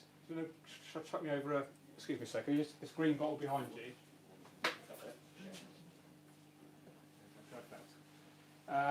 So this is a great product, and it's the only one I would use. I wouldn't normally bother with the premium in a heavily planted tank. So it contains all the nutrients you need. It has nitrogen and phosphorus, so nitrates and phosphates. Now, back in the old days, that used to be really frowned upon. People used to assume nitrates and phosphates will give you algae. And they do feed algae, but in a non-planted aquarium. So plants actually need nitrogen and phosphorus, it's a macronutrient. A macro means it needs more of it. So it needs quite a lot of nitrogen and phosphorus. Now, if you have a lot of fish in your system, then the plants can get enough of this nitrogen and phosphorus from the fish waste and the fish food. But if you have loads of plants, in aquascaping we tend not to overstock with fish, as you can see in these displays around us now. We need to add extra levels of nitrogen and phosphorus, so this is why we include it in the liquid fertilisers. So I like to add my fertiliser every day. If you read a lot of instructions, they say add it once a week, but I prefer to add a smaller amount but more frequently. And I think the plants just prefer that. You know, it's better to have you know, lots of smaller meals rather than one huge meal less frequently. So if you had a lot of fish, you wouldn't use it? I wouldn't have a lot of fish. That's the cause answer. Now it's an interesting topic because you have to, with aquascaping, it's not a fish tank. Okay, it's an art. It's a canvas, and I don't want to kind of lessen the importance of fish because they're beautiful and we need to look after them, and you know they're a beautiful part of the aquascape, but it's not a fish tank. So if you imagine, you know, once this is completed and we put, I don't know, like 6 different species of fish that grew this big, you know, 3 or 4. So we had like 20 fish this big, you know, all quite big, different colours. Is it going to look as balanced and as aesthetically pleasing as, say, a group of, say, just one species of? Do you know what I mean? Personally, it's less is more with fish sometimes. If you do want to keep lots of fish in a planted aquarium, you just need to take the right precautions. You need to do more water changes. You need to keep on top of your maintenance, like this accumulated organic waste. You probably need to use bigger filters, bigger levels of circulation. You know, definitely more water changes. And yes, you could get away with dosing less fertilisers. But in my opinion, easier to have less fish that looks more natural, more balanced, and then you don't have to do all this extra work. Does that make sense? Yeah. Alternatively, if you want to have a really kind of active looking tank, and you don't want the drama of loads of fish load, then I would go for maybe considering like just a shrimp only. So you can get some beautiful, really colourful, high-impact shrimp that create very little waste. And these will breed and actually really beneficial because they're grazing constantly for biofilm. You know, and this is like a prerequisite to algae, so they can help prevent algae as well. So that's my personal opinion on fish. I can see you not. I can see you don't agree with me. No, I do. I've got everything. I've got shrimp. You got right. Fish, Okay, you got Noah's Ark, have you? Yeah. Yeah. 2 of everything. Like 6 of everything. Yeah. So with aquascaping for me, it's kind of less is more. It's the balancing of the aesthetic of the plants, the hardscape, and the fish. And for me, the fish are like the final touch, and I won't add the fish until, you know, maybe 2 months down the line. So the aquascape is fully grown in. I'll put some shrimp in there for maintenance and some maybe some algae-eating snails. But yeah, I'll have a really good think about the fish. Make sure they suit the aquascape in terms of the aesthetics. You know, you can even choose them in terms of where they come from. You know, if you've got like a South American style aquarium where all the plants come from South America, then get your fish from South America, you know, and try to create this more, you know, more of a kind of natural habitat. I sort of fell into the aquascaping after I'd already got. A lot of people do, and that's absolutely fine. There's no problem with that. Just, it's almost, a lot of the time it's great to have 2 tanks. So have a smaller tank that you can focus your aquascaping skills on, and then have your bigger community tank, which I call, you know, like, it sounds like you've got a community tank. Yeah, well, I think originally I wanted a fish tank, and then I saw these and I went one of these. Yeah. And this is my practice one before I get my big one. There you go. Which will be my aquascape. Perfect. But I'm practicing, so it's all sort of going wrong. Whatever. But Practice is about getting it wrong, as long as you learn from it, and then you can get it right. Okay, let's move on to a different plant now. Got some Pogostemon helferi, and what is this? Rheophyllum. Okay, do that later. So we need a plant to plant in between here. Now we're not going to see it very well at the moment. It's just going to have to be patient and then come back in the shop in a few weeks, and then you'll see it. Pogostemon helferi, beautiful plant, has like a star-shaped leaf, crinkled leaves, and it grows again quite compact. And you can trim it and it will bush out nicely.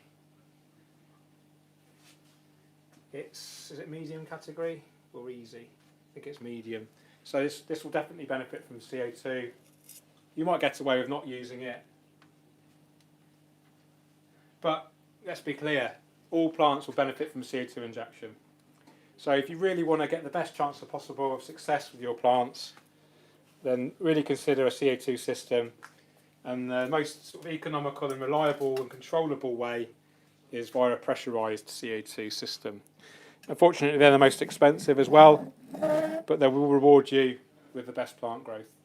You know, almost all of the aquariums in here have CO2 injection, and the ones that don't are the ones that don't look so great. So this one here doesn't have it. This one, and maybe this one on the end here. All the others. And it's no coincidence that all the others look the best. Do you bother with liquid? Now you're talking. Very delicate topic. Liquids is marketed as liquid CO2. Comes under loads of different brands that do it. So Easy Life, Easy Carbo, TNC Carbon, Seachem, Flourish XL. Some of you may use this product, but it's actually glutaraldehyde based, which is a very dangerous chemical, and it's diluted obviously to the point where hopefully it's not going to be toxic, but it does have an accumulative effect in the aquarium, and it is toxic to livestock in the long term, and it is toxic to us. It's irritant to our skin, so if we've got our hands in the tank, which often we do for maintaining, and it's really not a great product. It's really dangerous if you inhale it, and if you read the health and safety data sheet, trust me, you wouldn't touch it. It's really nasty. So I never recommend it. I used to use it. I used to use it a lot before I knew any better. But I'm quite friendly with a few kind of biochemists, and you know, in the industry I work in, you know, I speak to some real kind of knowledgeable people on the topic. And yeah, if you're using it and you're having great results with it, then that's fine. But just, you know, maybe do a little bit of research. And yeah, it's just. Was it you asked me the question? I keep looking at you, but yeah. It's not even proven to give you better growth. The way it works is actually, it's an algaecide. It's actually a biocide, which means it's deadly to all life. But because it's in such a small quantity, it's kind of okay. But algae is super sensitive to it, which is why a lot of people use it. Is actually to prevent algae and treat algae as well. So, does that answer your question? Yeah. Are you using it at the moment? I have done on and off. Yeah. You won't trust if you've got everything else right in the system. You won't need it. The only times you need it, people use it is for the algae control. I developed the Aquascaper complete liquid plant food there with Eeveelution Aqua, and they were like, "Oh, should we do a liquid carbon?" And I was like, "No, stay away." Yeah. Could have made money on it, but it's not about that.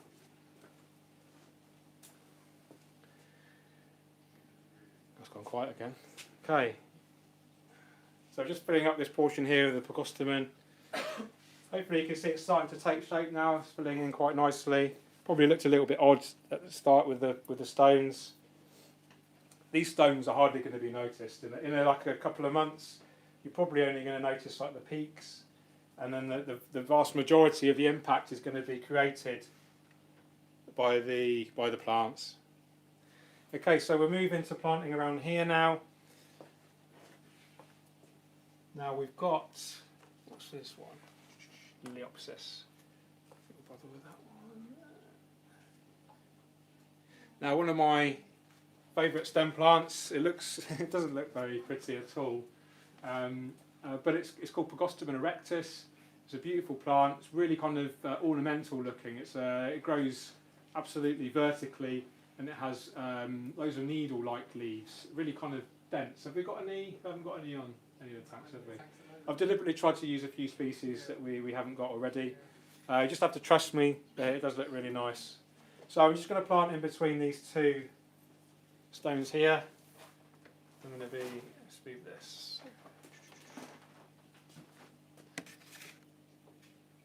See how YouTube's doing. 231. Ooh. Hello YouTube audience. If you do like what you see, give me a thumbs up and share it. Thank you. Any subscribers to my channel here? Good. I did a vlog this morning. I did a tour of the shop, which I'll probably upload this evening. So make sure you comment and then say I was at your workshop. It was rubbish. You're rubbish. I'm never going to come to another one. The mince pies were awesome. George Farmer was crap.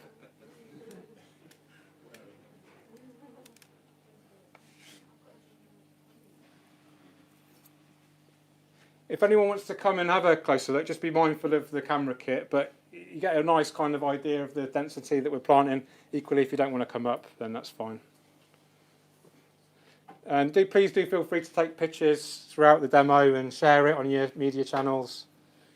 It's all about sharing the love. You take a picture from above. Yeah, help yourself, yeah. That's very pretty. So far, so good.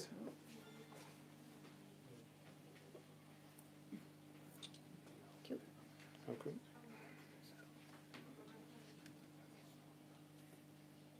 I was in Birmingham. What day are we on now? I was in Birmingham on Thursday at this ultra high end. Subscribers to my channel may have seen the video already, but this kitchen showroom was just on another level. Honestly. What was it? The dairy? Yeah. I saw that. I thought I had a nice kitchen until I went in there. So that made me feel like a pauper. So what did you buy? Nothing. Couldn't afford it. It was great though. Akil, who's the owner of Vidiri Aquariums, a really nice guy, really down to earth. And that was just like a different. It was really cool because it was reaching a different audience with aquascaping, and I think that's the great thing. It doesn't have any boundaries. You could be like a student on like the smallest of budgets, and you can create still a beautiful aquascape. You just have to be a bit cleverer. Maybe make it smaller. Maybe go on eBay and buy stuff second hand, or go onto Facebook groups and source your plants from this like plant swap groups and things like this, and then all the way up to super high end systems which cost tens of thousands. And it doesn't have any boundaries. It's just all about enriching your life with a beautiful thing in your living space. It's all about a living work of art that you have control of. You have creative control over it, and I think that's a really nice thing. I think it kind of, in today's society, everything is you almost disconnected from nature with smartphones and we're all programmed to work for for a corporation, or a lot of us are, and you kind of lose touch with nature. And I think aquascaping can really help reconnect you. I talk quite openly now about PTSD. I was in Afghanistan and I experienced some nasty things, and aquascaping has helped me massively with this. It really helps to relax me. Just what I'm doing right now, talking to you guys. Some people would find it stressful, but actually, I just love to talk about it. I'm so passionate about it. And if you take anything away from today, it's how aquascaping can hopefully, bring some joy and harmony into your life. I'll start crying in a minute. Presumably it's going to transcend seasons, isn't it? Not like other gardening. Yeah, seasons, exactly. isn't it? But this is you do all year round. Yeah, exactly. Yeah, and it's really nice to come home. If you've been out working all day and it's really raining and snowing or whatever, and you come in and you have this beautiful aquascape that's well lit and it's got these warm colours and the fish, tropical fish. It's just really relaxing. There are people who emulate seasons in the aquascape as well. Oh, do they? For the livestock. Yeah. So the livestock go in through breeding seasons. Like they use a slightly more colder water when they do the water change, so it makes them feel like it's raining season or something, and then they react accordingly. So it's more natural. the fish kind of react? Yes. Okay. So they go through breeding phases depending on the temperature of the water and things like that. Bit cheesy. Yeah. Yeah, because the plants would be in the same environment. If you're basing it on like South That's America, personal taste though, and that's the thing with aquascaping is there's no right answer. It's like, you know, I like drum and bass music. Probably not many of you do. It doesn't mean I'm right or wrong. It's just a matter of taste, and you can't really argue with taste. We can, but someone's taste is their taste. You can try and influence it maybe, but to argue about it is sort of, you know, nonsensical. And it's all about, you know, what you want to create. You know, if you're a beginner aquascaper, it's quite overwhelming. You know, so many, there's infinite varieties of plants you can use, not infinite varieties, but an infinite combination of plants you can use. Same with the hardscape, same with the size of the aquarium. And it can be really overwhelming for beginners. So, you know, I like to recommend people to copy an aquascape. It's hard to stick with one element because everything's so nice. You- You feel like you want to. Yeah, you want a mishmash. A bit of this, and then of course it doesn't look like anything then. So Yeah, it's- exactly. You need to focus on yeah, one hard to particular find. theme, one style, and then stick with it. And then, you know, achieve success with it, and then time to move on to the next project. You know, when I was writing quite prolifically for PFK for almost 10 years, and you know, part of my job was to create new aquascapes at home. You know, I used to write about them, photograph them, film them, etc. And I used to create, you know, an aquascape probably every 2-3 months. How many have you got? I've got 4, but only any one time 2 of them look any good. Because I'm on the road. I mean, I do a lot of travelling. When I'm home, I want to spend time with the family, and it's ironic that aquascaping is my hobby, and I don't have time to do it at home because I'm doing it right here, which is great. And that actually, I enjoy that more sometimes than doing it at home. But I will always have at least one aquarium at home, one aquascape at home, because it is my hobby, and I feel like if I don't have that, then I'll lose touch with the hobby, and that's a really sad thing. Is most of the professional aquascapers I know don't have tanks at home because they do them all day, every day for other people. But I think that's really sad. You know, I really like to have, you know, my own thing that I can keep, and I share it as well, but only if they look good. that's not true. You've shown us several videos on your channel where Yeah, that's true. I tried to make it. I tried, you know, show the reality of aquascaping. It isn't all beautiful algae-free aquariums. Black algae. That one. Yeah, exactly. I've done a few failures, and you know, we all learn, don't we? Hopefully. Okay, so that's that portion. Now I'm going to do. Now we've got some of Hygrophila araguaia or Lancea. Now I think this is quite a red plant. It's going to be quite red under this lighting, and it kind of grows quite compact, but it should form like a nice bushy area around here, and it is quite colourful, so it's nice to have it just off centre. So I'll just fill up this area here.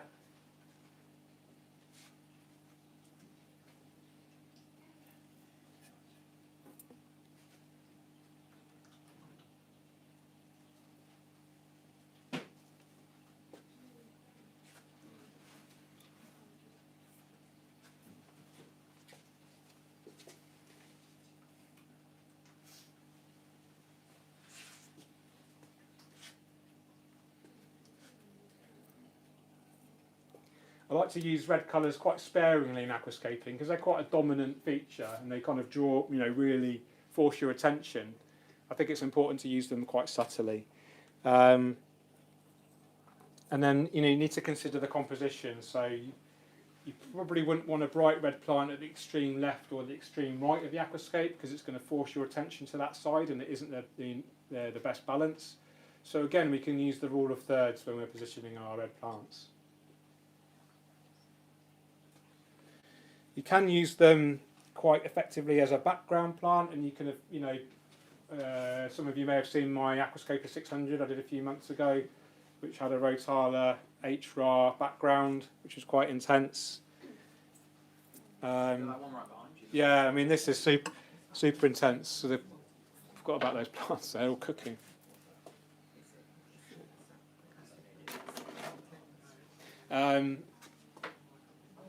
But with red plants, basically, the more light you have, the redder you can make them. Now, people kind of get obsessed about making their plants as red as they can.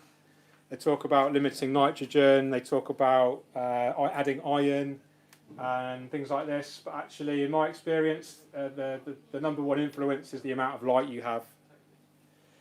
I think adding iron is one of those kind of myths that have been around in the hobby for many years. I don't actually believe it necessarily, that adding more iron is going to give you more red.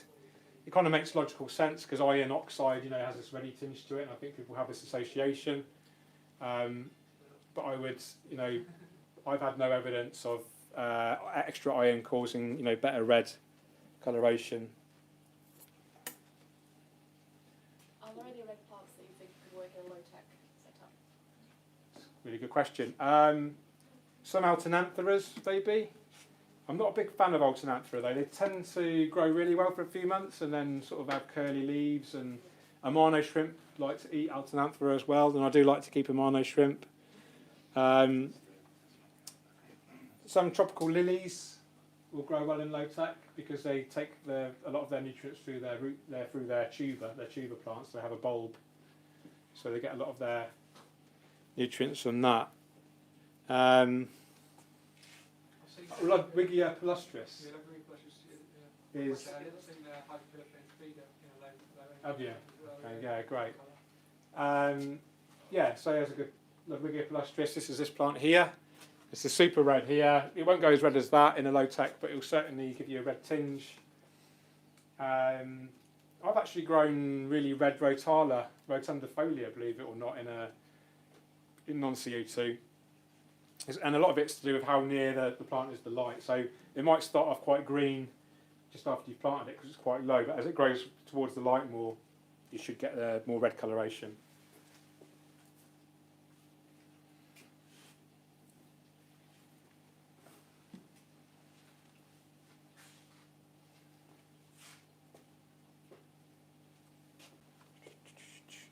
So water changes on this, I would be recommending the guys do one a day for the first week. We talked about one every other day for the second week, etc. I'd put loads of CO2 in there from the start. Have no livestock in there so you can get away with super high CO2 levels. CO2 is toxic to livestock, so bear that in mind. So with no livestock, you can actually really ramp up the CO2 with no issue. It's going to give you the best growth of the plant possible. And we know what that means. The better the growing the plant, the less algae we get. So the combination of regular water changes, good CO2, with tissue culture plants, because they are so small, they don't have a large nutrient reserve. So it's important that we start dosing the liquid fertilisers from day one. When we plant an established potted plant, it's got a huge nutrient reserve, and you can actually get away with not dosing a liquid fertiliser for the first few weeks, especially if it's in a soil like this. But with tissue culture, you definitely want to be fertilising from day one. And in here, I'd either use the Tropica Specialised Nutrition or the Aquascaper Complete Liquid Plant Food or TNC Complete. They are very similar composition. They'd all work very well together. Not together, individually, they all work well. So, choose whichever brand you want to, basically. In this tank, it's 100 litres. It's going to be quite high energy. We've got good lighting, loads of CO2, good soil, good circulation. I'll be adding at least 5 ml of the specialised nutrition, the Aquascaper plant food, or the TNC. It's all kind of similar concentration. So yeah, probably start off with 5 ml a day. And then if you do start seeing signs of nutrient deficiency, so if the leaves start going pale, then add a little bit more. And with a healthy planted system, it's almost impossible to overdose in terms of algae or ill health of anything. Always better to overdose than underdose. So plants have a thing called luxury uptake. So if you give them too much, they can just take it on board and they'll just hold it. If you give them too little, then they start to struggle. you'll get nutrient deficiencies, and one of the biggest algae triggers is a struggling plant. So in a healthy system, always better to add too much than not enough. Does that make sense to everyone? A lot of the old sort of advice was, if you get algae, stop fertilising. It's actually the opposite in a lot of cases. If you've got a good system, it's more than likely sometimes the algae is caused by not enough nutrients. So don't be afraid to add more liquid fertiliser if you've got a good system. Plenty of plants, good light, good CO2, good circulation, good maintenance practice. So now I'm planting Rotala HRA. Now it looks a bit pathetic right now, and it's hard to see how it's going to look in the longer term. But have we got any, Dave? Oh, HRA's in here, isn't it? So this one here, can everyone see this red stem plant, reddy orange stem plant in the background? That's the Rotala HRA. So my idea is to plant the entire kind of background with it, and then it's going to be trimmed, all the stems, all the plants are going to be trimmed to create this concave, we call it, or U-shape composition. And then the same with the Pogostemon, that's going to grow kind of up here, and then it can be trimmed to kind of go in line here. Starogony here, some Starogony there and there. And the Hygrophila Aguae, the same like this. And then the Pogostemon erectus trimmed like this. And then we'll have a really distinct U shape, and it should look great, hopefully.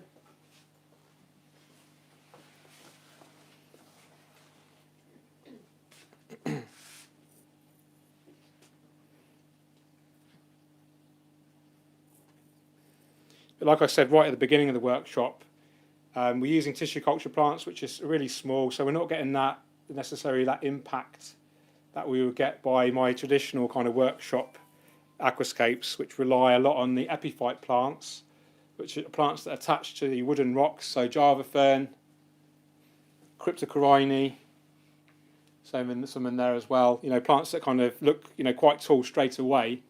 We're not getting that initial impact, so you're just going to have to sort of be patient, and then hopefully Dave will post sort of regular updates on this, and you can keep an eye on it on his Instagram. The Tropica do like 1-2 grows for Anubias, crypts, things like that. Yeah. They do. Yep. Okay. They do crypts. They definitely do crypts. They do Anubias yet? They did do, but it came and went. I think Aquaflora do tissue culture Anubias. Yeah. I'd say it's in the pipeline at some point. But as I was saying, Dave will hopefully give you guys updates. He's got Instagram here, and yeah. So keep an eye on the Aquarium Gardens Instagram and Facebook, and yeah, I'm sure Dave's pretty good at his social media, so I'm sure we can all enjoy the updates. I pop in the shop now and again as well, so follow me if you don't already at George Farmer Studios on Instagram.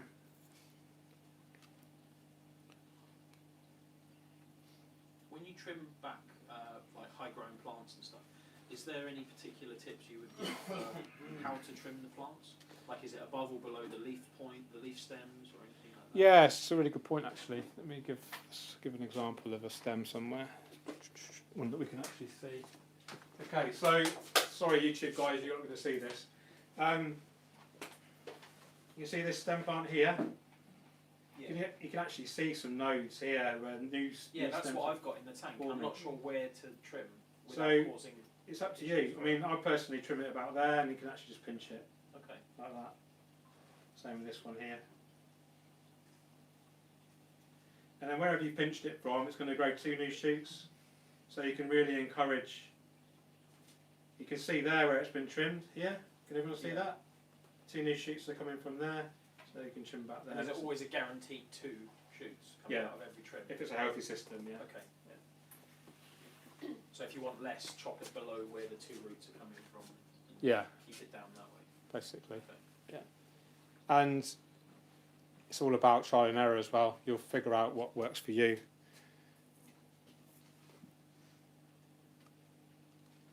Are there any tips that you have for beginners in terms of helping them plan, visualise what to put where, especially if you're using tissue culture plants because they're so small to start with? Yeah, if you go on the Tropica website, it will give you like the final growth size. It will give you inspirational layouts. In fact, there's a whole section dedicated to layouts. It will give you planting plans, like a bird's eye view of exactly what species are where. And like I said earlier, if you copy someone's layout, strike up a friendship with them. You know, the internet's great. You can send a friend request or message, you know, Facebook Messenger. The worst they can do is ignore you. The best they can do is, you know, you can strike up an online friendship and they can start mentoring you. You know, so unfortunately, I don't have. I mean, I get literally hundreds of messages a day now, and it's really nice to get messages, but I can't give everyone the advice that they need. So I generally point people towards the UCAPS forum now, because there's quite a few experts on there that are very happy to share their time and knowledge. Can we have some more? Oh, yeah. Can we have some more Rotala HRAR? Have we got any?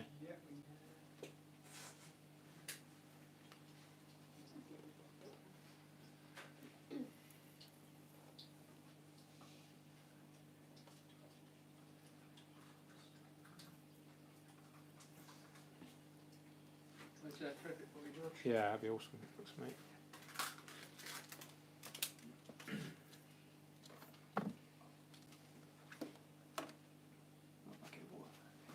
Done there, yeah. So fish-wise, I would probably avoid stocking any fish in here for at least 3 to 4 weeks. Probably put some shrimp in after a week or so. Do test for ammonia and nitrites just to make sure it's safe. But with the really good plant growth and water changes, it should be absolutely fine. The great thing about plants, we haven't talked about the benefits of plants to a system, so this is a really interesting topic. So plants are basically like the most amazing thing for an aquarium. They're like a natural filter, so they remove ammonia, they remove nitrite and nitrate as sources of nitrogen. Nitrogen is one of the most important macronutrients for a plant, and actually it's preferred. The plant's preferred source of nitrogen is ammonia, ammonium even. And so the more plants we have, you know, the quicker this nutrient removal. Plants also produce oxygen through photosynthesis. Oxygen is vital for fish and shrimp, but also really important for bacteria. And the bacteria are really helpful in the biological filtration as well. So you probably know about the nitrogen cycle. They convert the really harmful ammonia into less harmful nitrite, and then further on in the cycle, the less harmful nitrite into the least harmful nitrate. Now, the great thing about a really heavily planted system, especially from day one, is you don't need to do the fishless cycling method. Now, some of you may have heard of this. It's deliberately adding ammonia to the aquarium to seed the filter to establish this beneficial bacteria population. There's no need to do that in a heavily planted tank system, because for the first few weeks as the plants are growing, the plants actually produce waste, and bacteria is going to be created from this as well. And you know, by the time you add the fish in 3 to 4 weeks, you know, the plant health and the plant growth, rates of growth, and the biomass is going to be so large that when you add the fish, the ammonia consumption by the plants is going to exceed the ammonia production from the fish. Does that make sense? I'm going quite techie and sciencey now, but hopefully that kind of explains it. So I've never officially cycled an aquarium in my life, because all my aquariums have been heavily planted, you know, with a couple of exceptions, and in those exceptions I've used mature filters. So, you know, a lot of people, especially beginners, you know, become a little bit over kind of wary about fishlessly cycling their aquariums. Now, I would, you know, always recommend heavily planting anyway. Even if you're not aquascaping your tank, you know, it's going to be great to have it heavily planted. Now, there are fish that aren't compatible. You know, you might have some sort of boisterous cichlids or catfish that aren't necessarily going to, you know, treat the plants with respect. They're going to dig them up and aquascape the tank for you. But you can still get away with some plants, you know, Java ferns, Anebius, Bucophilandra, even some like really robust crinums, crypts, saponogetons. there are quite a few plants out there which will tolerate herbivorous or or boisterous fish. So, in my opinion, there's no excuse not to have plants in the aquarium. They provide so many benefits. It's worth talking about floating plants as well. So, I'm a big fan of floating plants these days. They grow so quickly because they're really near the light. Obviously, they're floating. They have unlimited access to CO2 in the air. Their roots produce oxygen. They provide extra sort of shade and security for the fish. So they're really beneficial to the system, and they're really beneficial in the early stage of an aquascape, especially if you're using a lot of lighting. You might need that extra shade. Obviously, you need to keep control of the floating plants. If it becomes too dense and it will block out a lot of light, then that's going to be an issue because your plants underneath aren't going to get enough light.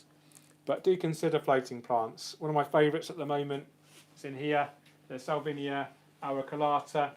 Fast growing, stays quite small, roots don't get too long. It comes in the Tropica 1-2 grow, and that will grow in any tank system with artificial light because doesn't need a lot of light. It's going to be nearer the light source, and it's going to give you all those benefits that I've just talked about.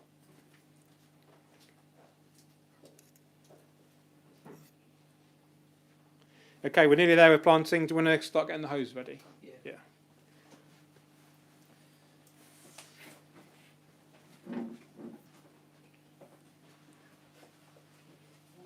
So I'll just finish this last bit of planting, and then I'll just summarise the process, what we've just talked about from start to finish, and then I'm very happy to take any questions. Steve, have we got any Coke? Yeah.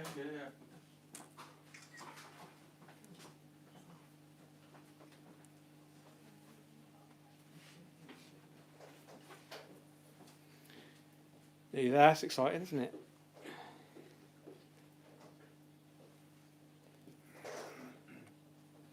So, although the Rotala H-File looks really pathetic, in a few days it should kind of go to this tool and it will start to look more like that, hopefully. And because it's the tissue culture 1-2 grow, it's already in its submerged state, so it will, like I say, start growing right away.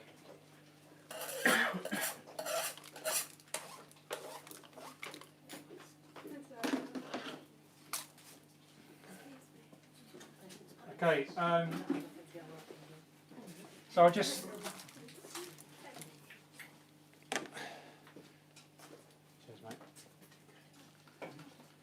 So we'll just refresh the whole process. We talked about my background. I don't need to go over that again. We talked about nature aquarium concept, which was invented by Takashi Amano. Sadly passed away a few years ago, but his legend lives on. Aquascaping is growing. The nature aquarium hobby is growing all the time. And I went into quite some detail about the therapeutic and the benefits to us as human beings of having an aquascape at home. It just helps to relax us, helps us to reconnect with nature, and it's just it's beautiful. It's a living it's a living art form. We talked about the equipment, Twin Star 600S, really good lighting, good performance versus price. We talked about the Aquascaper aquariums, low iron glass, minimum silicon, open top, rimless. That's great because you can get stuff going out the top, etc. And we talked about the 16 different finishes of the Eeveelution Aqua cabinets as well. Then we went into the soil. So the benefits of the soil, loads of nutrients for the plants, easy root penetration, lowers pH and softens the water slightly, has a high cation exchange capacity, so it gets loads of nutrients into the soil from the water and makes them available to the plant roots.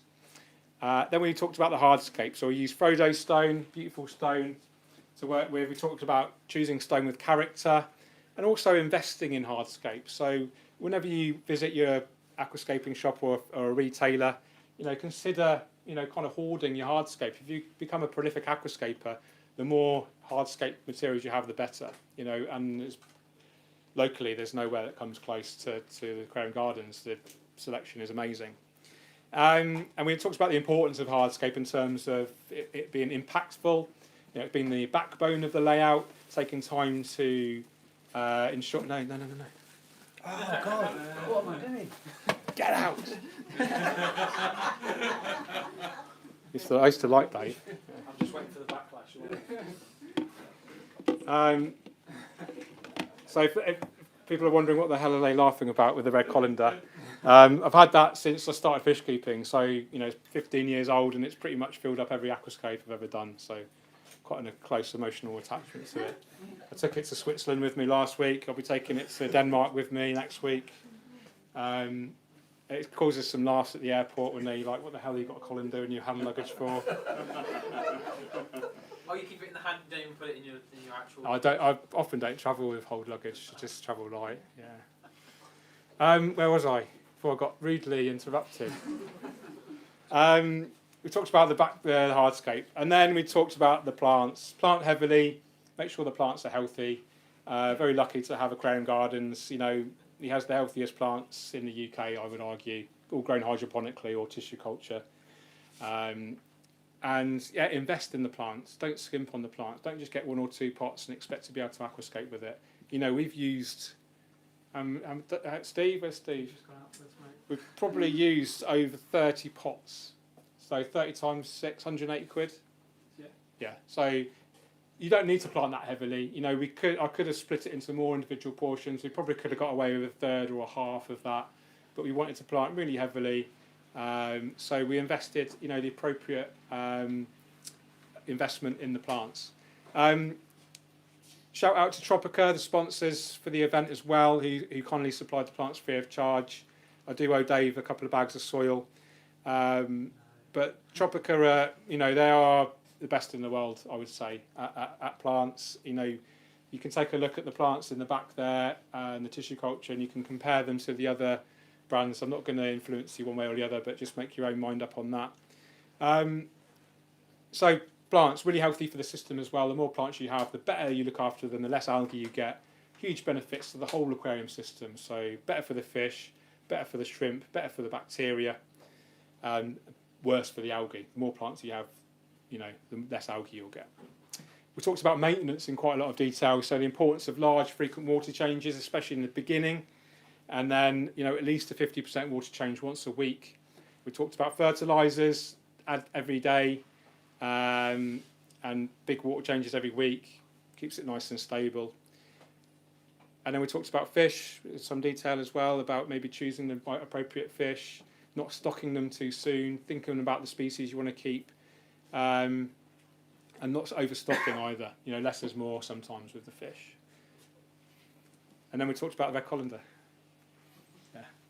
Okay, so do you want to go start filling, and then we can take some Q&As if people want to ask any more questions? Okay, any questions? Anyone? Must have covered everything. What's the point of the colander? You'll see in a minute. It spreads the water. Yeah, if you put, if you imagine a hose in there, it's just going to dig up the soil. All the plants are going to float everywhere. It just disperses the water. There are other techniques, but this is my favourite. What's the thing putting me into the pipe? So this is actually a filter inlet, an external filter inlet, but we use it as just to hook over the tank so we can connect that directly to the mains. We don't need to put any dechlorinator in today because we're not going to put any livestock in there. If there is any chlorine in the water, the plants are quite happy with it, unless it's super high levels, which it isn't in this area. So quite happy to fill directly from the mains. Nice and slow. If we filled it up too quickly, we're going to get cloudy water and no one's going to enjoy the view. It will clear, obviously, with filtration, etc. But it's nice at the end of the workshop to see, hopefully, a nice crystal clear tank. Question on YouTube, George. Yeah. What fish would you put in that? Same question every time. Questions. One of my questions, that is. That's a really good question. Right back, straight back at him. Right back at you. We've got high impact plants. We've got lots of colour. So I go for quite a muted fish. Quite small, big shoal of something like, and you haven't got any in here now, so green neon rasboras, Microrasbora kabutai. is what I go for. About 15 of them. Yeah. And they tolerate. They're quite good at lower temperatures as well. So probably get away with no heater in here. It's quite a warm room. So they're quite happy down to sort of 22 degrees Celsius. So arguably get away with no heater. There's a temperature drop in here at night though, over winter? Yeah, it goes down to about 14. Oh, okay, yeah, probably stick a heater on there, but keep it like 20, 22, 23. When I'm keeping my fish, I always go on the lower temperature that they like. Basically, if you didn't know, all living processes are controlled by temperature. The warmer something is, the more the quicker the biological processes happen. So by lowering the temperature, things are a bit slower, things are more controllable, less risk of algae, less need for higher levels of CO2 and nutrients. So that's why I tend to go on the lower levels. Things like discus and other fish which need warmer water, I'll go back to one of my original points in the workshop is, the fish welfare must come first. We are looking after living entities, and we have a responsibility as humans to give them the best, environment that we can. We can combine that with something that's beautiful to look at as well. Are these lights on a timer? They've just gone off something? Yeah, they're all timer. Yeah. Would you do that with that one? Yeah, definitely. Always go for 8 hours of light. Much more. They don't need much more than that. Much more than that, you're going to run the risk of algae. Much less than that, and they might not get enough light. You can go down to 5-6 hours, no problem. But actually, you want to enjoy the tank. You want to look at it. Sorry. Yeah, it's a good idea to start off with a lower photo period. Yeah, I often start off with 6, and then over the few weeks, I'll build up to 8. Yeah, exactly. But for me, it's all about sustainability. When I first started the hobby, it was all about trying to grow the plants as quickly as I could. Try and grow the hardest plants, the most difficult plants that I could. And that's great, and it's good to learn. But now I'm, I've been there, done that. And actually, I want something that's easy to look after, slow growing, sustainable, easy to maintain. I deliberately choose slow growing plants. I'll dial down my lighting, dial down my CO2. And I don't need to do as many water changes, don't need to add as many fertilisers, don't need to do much maintenance. And you still get, hopefully, an impactful, beautiful aquascape at home. Some of you may have seen my Aquascaper 1200. It's a really good example of that. I probably maintain it properly once a month. You'll notice when I've maintained it because I'll do a video just after while it's looking good. So if you don't use CO2, do you still do 50% water changes? I would personally. Yeah, the more water changes, the better. Now, there's an argument that says the water changes cause fluctuating CO2 levels, which can trigger algae. But again, I think that's a little bit of a myth in my experience. So, yeah, more water changes. Water changes are good. When you first start out, if you've got Anubias, things like that, they like to be in the shade. Yeah. If you're using tissue culture plants and like that, obviously you haven't got any shade. Yeah. I've found in mine that I've started off now that I'm getting, you have to tell me the word, but is it diatoms, like a soft brown algae. Yeah. It just makes the outline of the leaf just slightly brown. Yeah. Just carrying on with water change, will that eventually go away, or Should will do. I have to do something to it? Yeah, should do. I mean, you can manually remove it. Get your hands in there. Don't be shy. Yeah, just rub it with your hands and then siphon it away. Yeah. But anytime you touch anything in the tank and move any substrate or kick up any detritus or waste organics, you should always follow up with a water change. Because if that waste organics is allowed to distribute around the water column, it will attach itself to other plants and hardscape, and then it will trigger algae. So a real top tip for maintenance is the last stage of your maintenance should always be a big water change. The more you're disturbing stuff, the bigger the water change needs to be. I'll often do like 2, if I've done a really big maintenance session and I've really kicked up a load of dirt, I'll often do like 2 70% water changes, one right after the other. Yeah. Because there's no way around that with the Anubias when it is in Floating plants. Oh, right. Yeah. So you're going to get the shade. They're going to grow. Basically, any growing plant is almost fighting off algae. So even though it's floating, the roots are growing and they're producing oxygen and other chemicals which are fighting off algae. Yeah. don't underestimate. I mean, it's only the last few months I've really started enjoying floating plants. Normally, because I used to run such high levels of surface movement, the floating plants would just sort of stick to one area of the tank. So now I've sort of dialed back a little bit of the surface agitation, especially in my better tank, which they don't like a lot of circulation anyway. And I would argue that the floating plants probably do more filtration than anything else in that tank. You could probably go filterless in there because the ammonia consumption of the plants is so good. Cheers. Would you say aquascaping works equally as well for fish like goldfish? Goldfish are funny ones because they tend to eat plants. Yeah, that's why. Yeah, Anubias you could get away with. Really, really fast growing plants that will just grow, quicker than they're getting eaten. But yeah, you very rarely find a well-aquascaped goldfish tank. I did one a while ago for PFK, and I just used plastic plants to create the impact. It looked quite good, but it was obviously boring because the plants don't grow and provide the benefits of plants. Question about the soil that you use, just from an aesthetic point of view. Yeah. If you were going for a carpet plant to just cover it really, does it maintain that granular look that it's got when you pour it in, or does it go into like a sludge potentially? It'll take months and months to go into a full-on sludge. It kind of goes into a sludge under the sort of the lower levels, but yeah, it will maintain that consistent. Some soils are better than others for it. Some like a double baked, what they call double baked, so they're much harder. The JBL ProScape soil is particularly hard. The Tropica, I go to Tropica every month, and they have test tanks in the laboratory, and they've had the soil in there on test for 3 years, and it's still got that grain. Yeah. What's your best way of keeping the soil away from the sand? You've got white sand part or front soil, see that little area there. Yeah, there's a real top tip. You can wedge. I learnt about this last year, I think. Cotton wool balls. If you wedge that in between, so what we often do is have a barrier of rock, and then so there's the sand. Seeps through, doesn't it? Yeah. So if you just wedge in with like cotton wool balls, which are inert and have no influence on the water chemistry, completely and non-toxic. Obviously, you don't want makeup ones that are impregnated with makeup removal or anything. Just make sure they're just the pure balls. I think we used it in Chris's tank, didn't we? Yes, the bane of my life, those bloody things. Are they? We didn't have any of them, and then I had to run out while you were getting everything else ready. Yeah.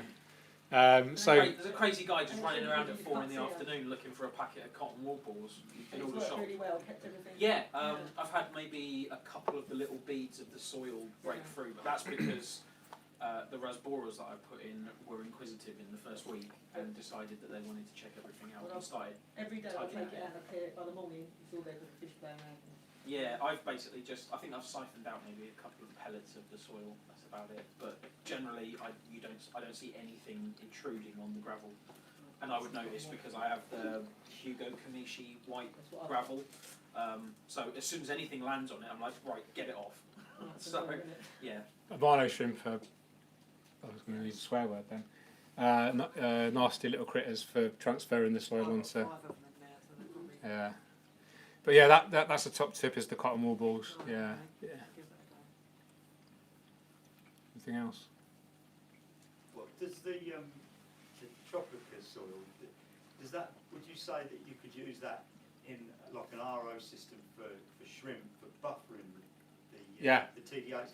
Because the soil that I've been using stuff called bowels, and that you can't get that anymore. So when I next rescape shrimp tanks, I'm going to have to find something else. And this stuff I've used this time, the Tropica, is good to use. Yeah. But I'm a tad concerned that it's going to not keep. Using pure RO, are you? Yeah, and then adding salted shrimp to that. Yeah, exactly. That's what I would do. So I would probably set up the tank first, put some plants in, put your soil in there, use pure RO, and then use the salt to get it to the right TDS, whatever you want to get it to, and then just monitor it for a few days, and it'll probably drop down for a little while, and then wait till it's stable, and then put your shrimp in there, and then just do your water changes with that appropriate TDS. Yeah. Pre-mixed. And you think that Tropica soil would do absolutely a buffering job on it? Yeah, absolutely. Yeah. Good. Yeah, it's quite one of the when the soils first reached the market, there was a huge increase in people breeding shrimp because of its therapeutic value of maintaining like a TDS, you know, lowering, softening, especially for Caridina. Neocaridina, you know, actually the harder the better almost. But with Caridina sensitive bee shrimps, yeah, definitely. Very sensitive, yeah, that's what I was concerned. Because if it only leaches a minimal amount of ammonia, it's going to be a lot better than some of the other ones that are on the market, isn't it? Yeah, I mean, it's a proven performer. I've used it in shrimp tanks. I've bred PRLs, pure red lines before. Yeah. In fact, I made quite good money on it for a little while. I was just sort of doing it when I was in the Air Force. I had my own office. I had a little shrimp breeding tank, and I was like selling 20 a week. Yeah. Started off with 12, I think, and then at one point I had 300 in there, and it was super high grade. Yeah. Really nice. Those were the days. Getting money from the Air Force and from the hobby. Yeah.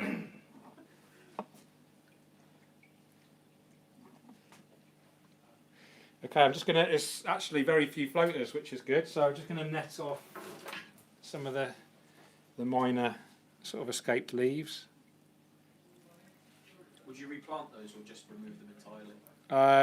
There isn't actually any to replant, they're just like the odd blade of hairgrass. Actually some floating soil pellets. There's a lot of some of the grains of soil will float on the meniscus of the water, so you can net them off as well.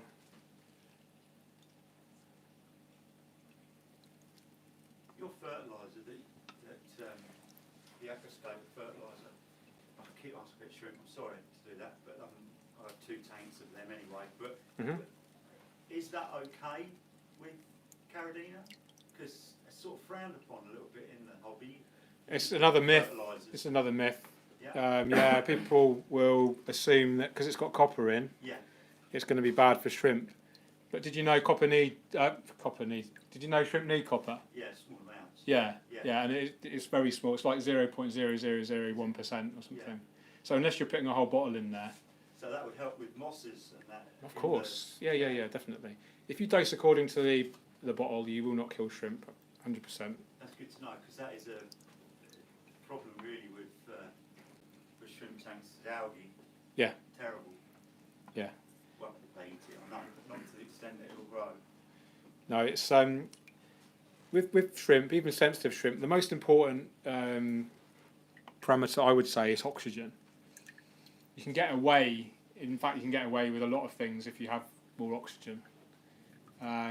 When the oxygen levels deplete, then they get super sensitive to any other kind of varying parameters. So my priority would be oxygen, which you will get from the plants, and like decent surface vegetation or sponge filter, you know, anything that's going to give you more oxygen levels is better. CO2 with Caridina. Yeah, done it. Yeah, they won't breed so much. I've got 8 in my tank. Yeah. Red crystals. Yeah.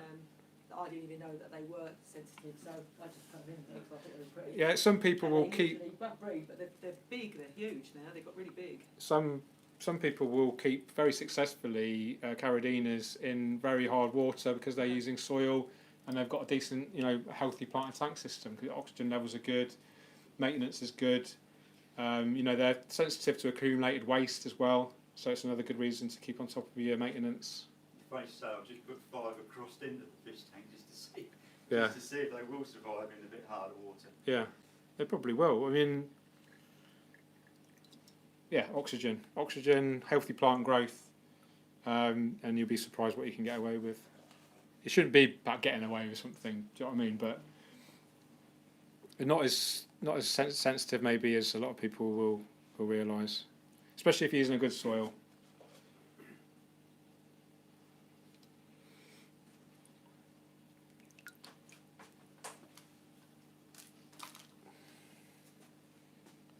I can attest to the Tropica soil though. It's probably the most expensive thing beyond the hardware itself that I purchased when George helped me out. And the water where I live in Hemel Hempstead, the water comes out at about 8.2 pH and really hard. With the soil, the tank has a medium like hardness of water, like general hardness, and the pH sits at 7.2. And I attest it solely to the soil. You know, I can't get one down too well. I've tried to put a bit of RO into top up to try and see if we can get it down a bit. It's expensive, but I do think it's worth it as well. Yeah, I've got that one. It's not, you know, it's not a cheap hobby. Setting up something like this isn't cheap. You've seen how many plants I've used. Talked about the lighting, the tank. You know, the tank and cabinet is $399. You know, the filter's going to be at least 100. You know, the whole system, like I said, is going to be about 1,500. So it's not cheap. But what price, you know, do you put on having something beautiful in your home, something that you can look forward to coming home every day?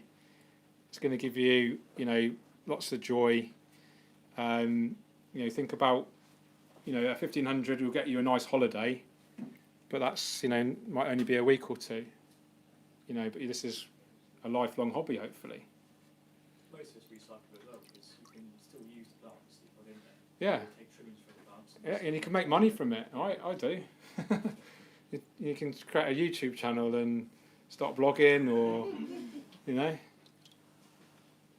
That's how I started, seriously. I was just a hobbyist and just took it to another level. You used to sell Ricardia. Yeah, used to sell Ricardia, used to sell the crystal reds, which I was talking about, plant cuttings. You know, it's a little cottage industry, but there's, you know, potentially money to be made if you want to claw something back. But for me, it's all about. It's not about the financials. It's about, you know, improving your quality of life. For me. Are the plants easy to propagate yourself, or does it would be too much to do? I mean, do you do that? No, I don't. No, it's a lot. It's not a lot of hassle. It's easy to do, but that's not what I'm about. I'm not a gardener. My name's Farmer, but I'm not a gardener. Yeah.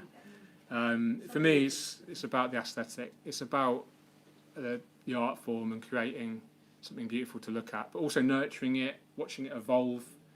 You know, aquascaping.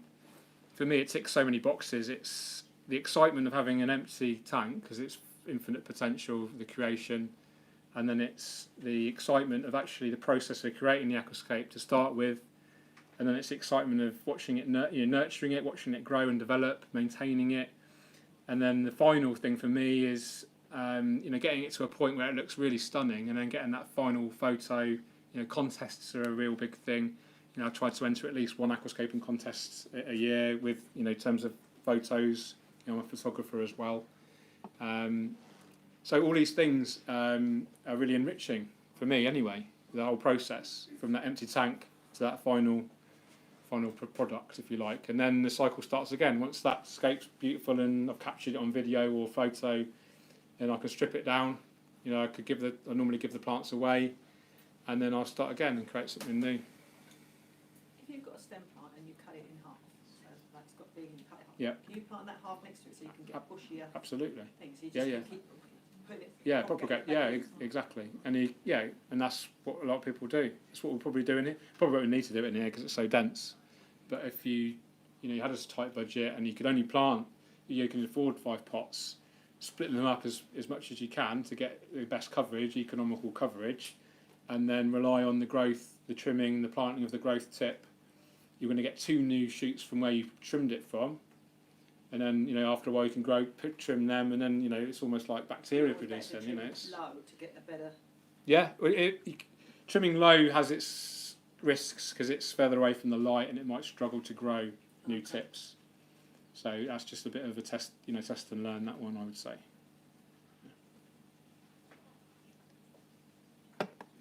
Nearly there, aren't we? Hey. How's it looking? I haven't actually looked at it properly yet.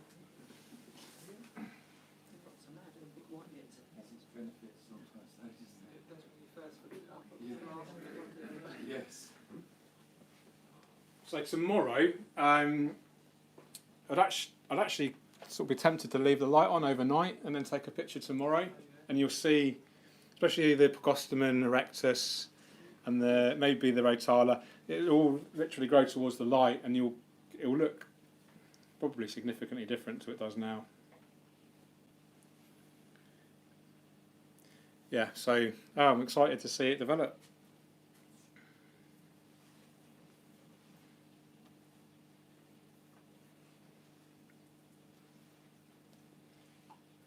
Whose first time is it in Aquarium Gardens?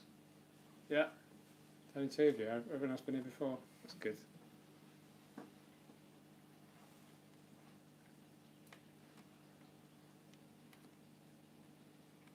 So don't forget, there's a Tropica discount today. What's the discounts, Dave? There's different discount rates, isn't there, for each? 10% on soil, 25% on fertilisers, buy 3, get 1 free on the plants. Wow. On to grow plants. Yeah. And what's the other one? 25% on schools. 25% on tools. Okay.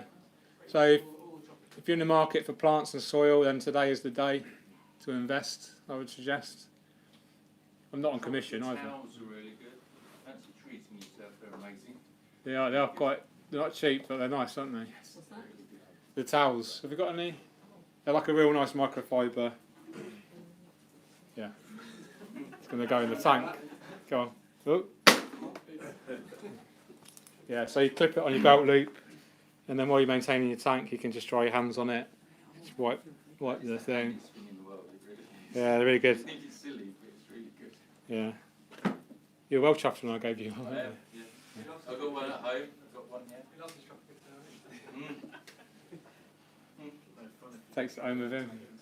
I've got bleach all over it. Goes perfect with the beach, doesn't it? We didn't talk about CO2 injection. We did, but we didn't talk about it in more detail. So most of the tanks in here have got the Neo CO2 diffusers here.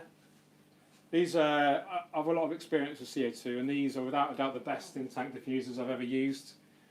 If you do want to upgrade your CO2 diffuser, I'd suggest getting one of these. They're made of acrylic, so they're really tough compared to glass. Glass will smash quite easily.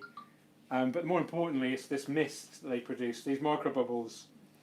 It's all about the bubble size. So the smaller these bubbles, the better. It means they're going to get circulated around the tank more effectively. It means they're going to dissolve in the water more easily. And it's just a better way of getting a CO2 in your tank. So I recommend those if you haven't got one already and you're using CO2. The other method is inline, which is used on here. You might be able to see the mist coming out here.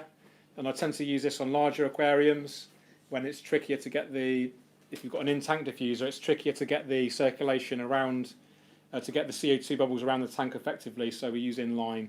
So if we follow this tube, this hose down into the cabinet, you'll see an inline diffuser, and then the CO2 goes into that and gets pumped in like this. I just want to talk about, just keep an eye on that, yeah.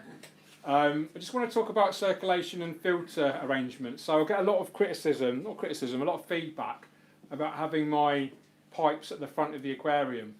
And the reason for that is, if you imagine I have lots of tall background plants and I had it at the back of the aquarium, that filter output is going to be blowing straight onto those background plants, and that circulation is going to be blocked. Does that make sense? So actually over here, if the filter outlet's here, over there is you're not hardly going to get any circulation. So if you have it here, it gets maximum velocity down here, and then hopefully it goes all around here. And we've got another couple over there, so we get this gyre effect. So it creates this circular pattern of circulation, and that's in my experience the most effective way of doing it. So that's why we have the pipes at the front of the aquarium. My CO2 diffuser. Yeah. Has like a bubble. It's not like it must have liquid in it, water in it. It produces bubbles. Does it still produce You know, like you bubble counter? Yeah, it's like that. I've got one of those bubble counter, but actually the actual. Yeah, we've got water inside there. Yeah. Is that wrong? No, that's fine. It's just normal. Your floor isn't very straight, though. Yeah. It's all right.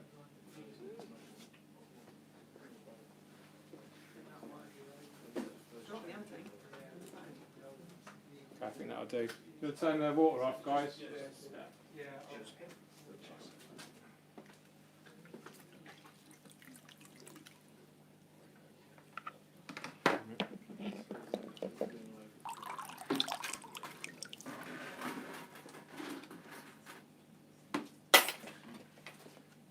Sponsored by Coca-Cola.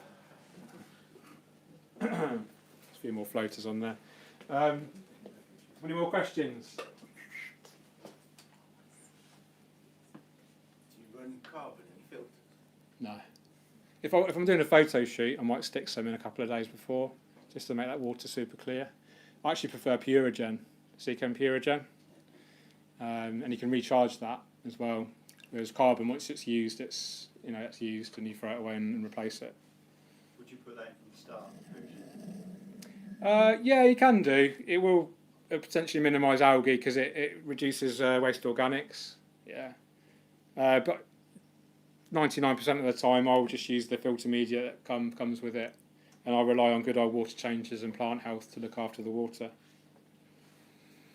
I'm a big fan of keeping it simple. You know, I don't use additive. I use a liquid fertiliser, an all-in-one, dechlorinator with the big water changes, whatever filter media it comes with, and that's it in terms of additives and lotions and potions.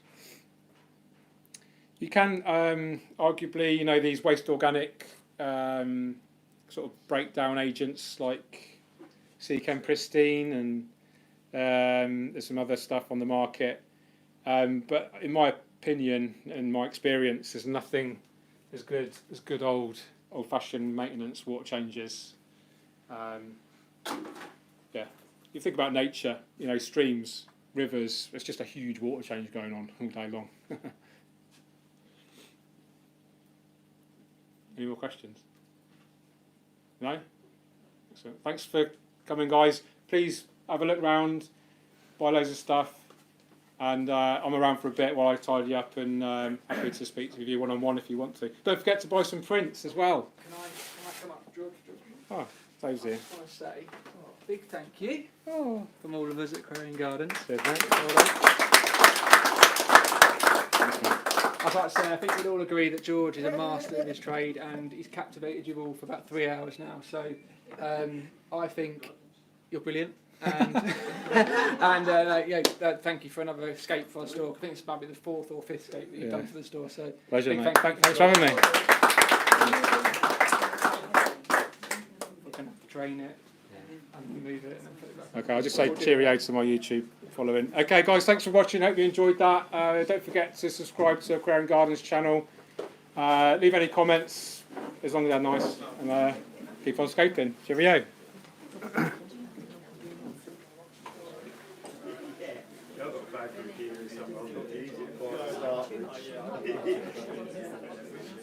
got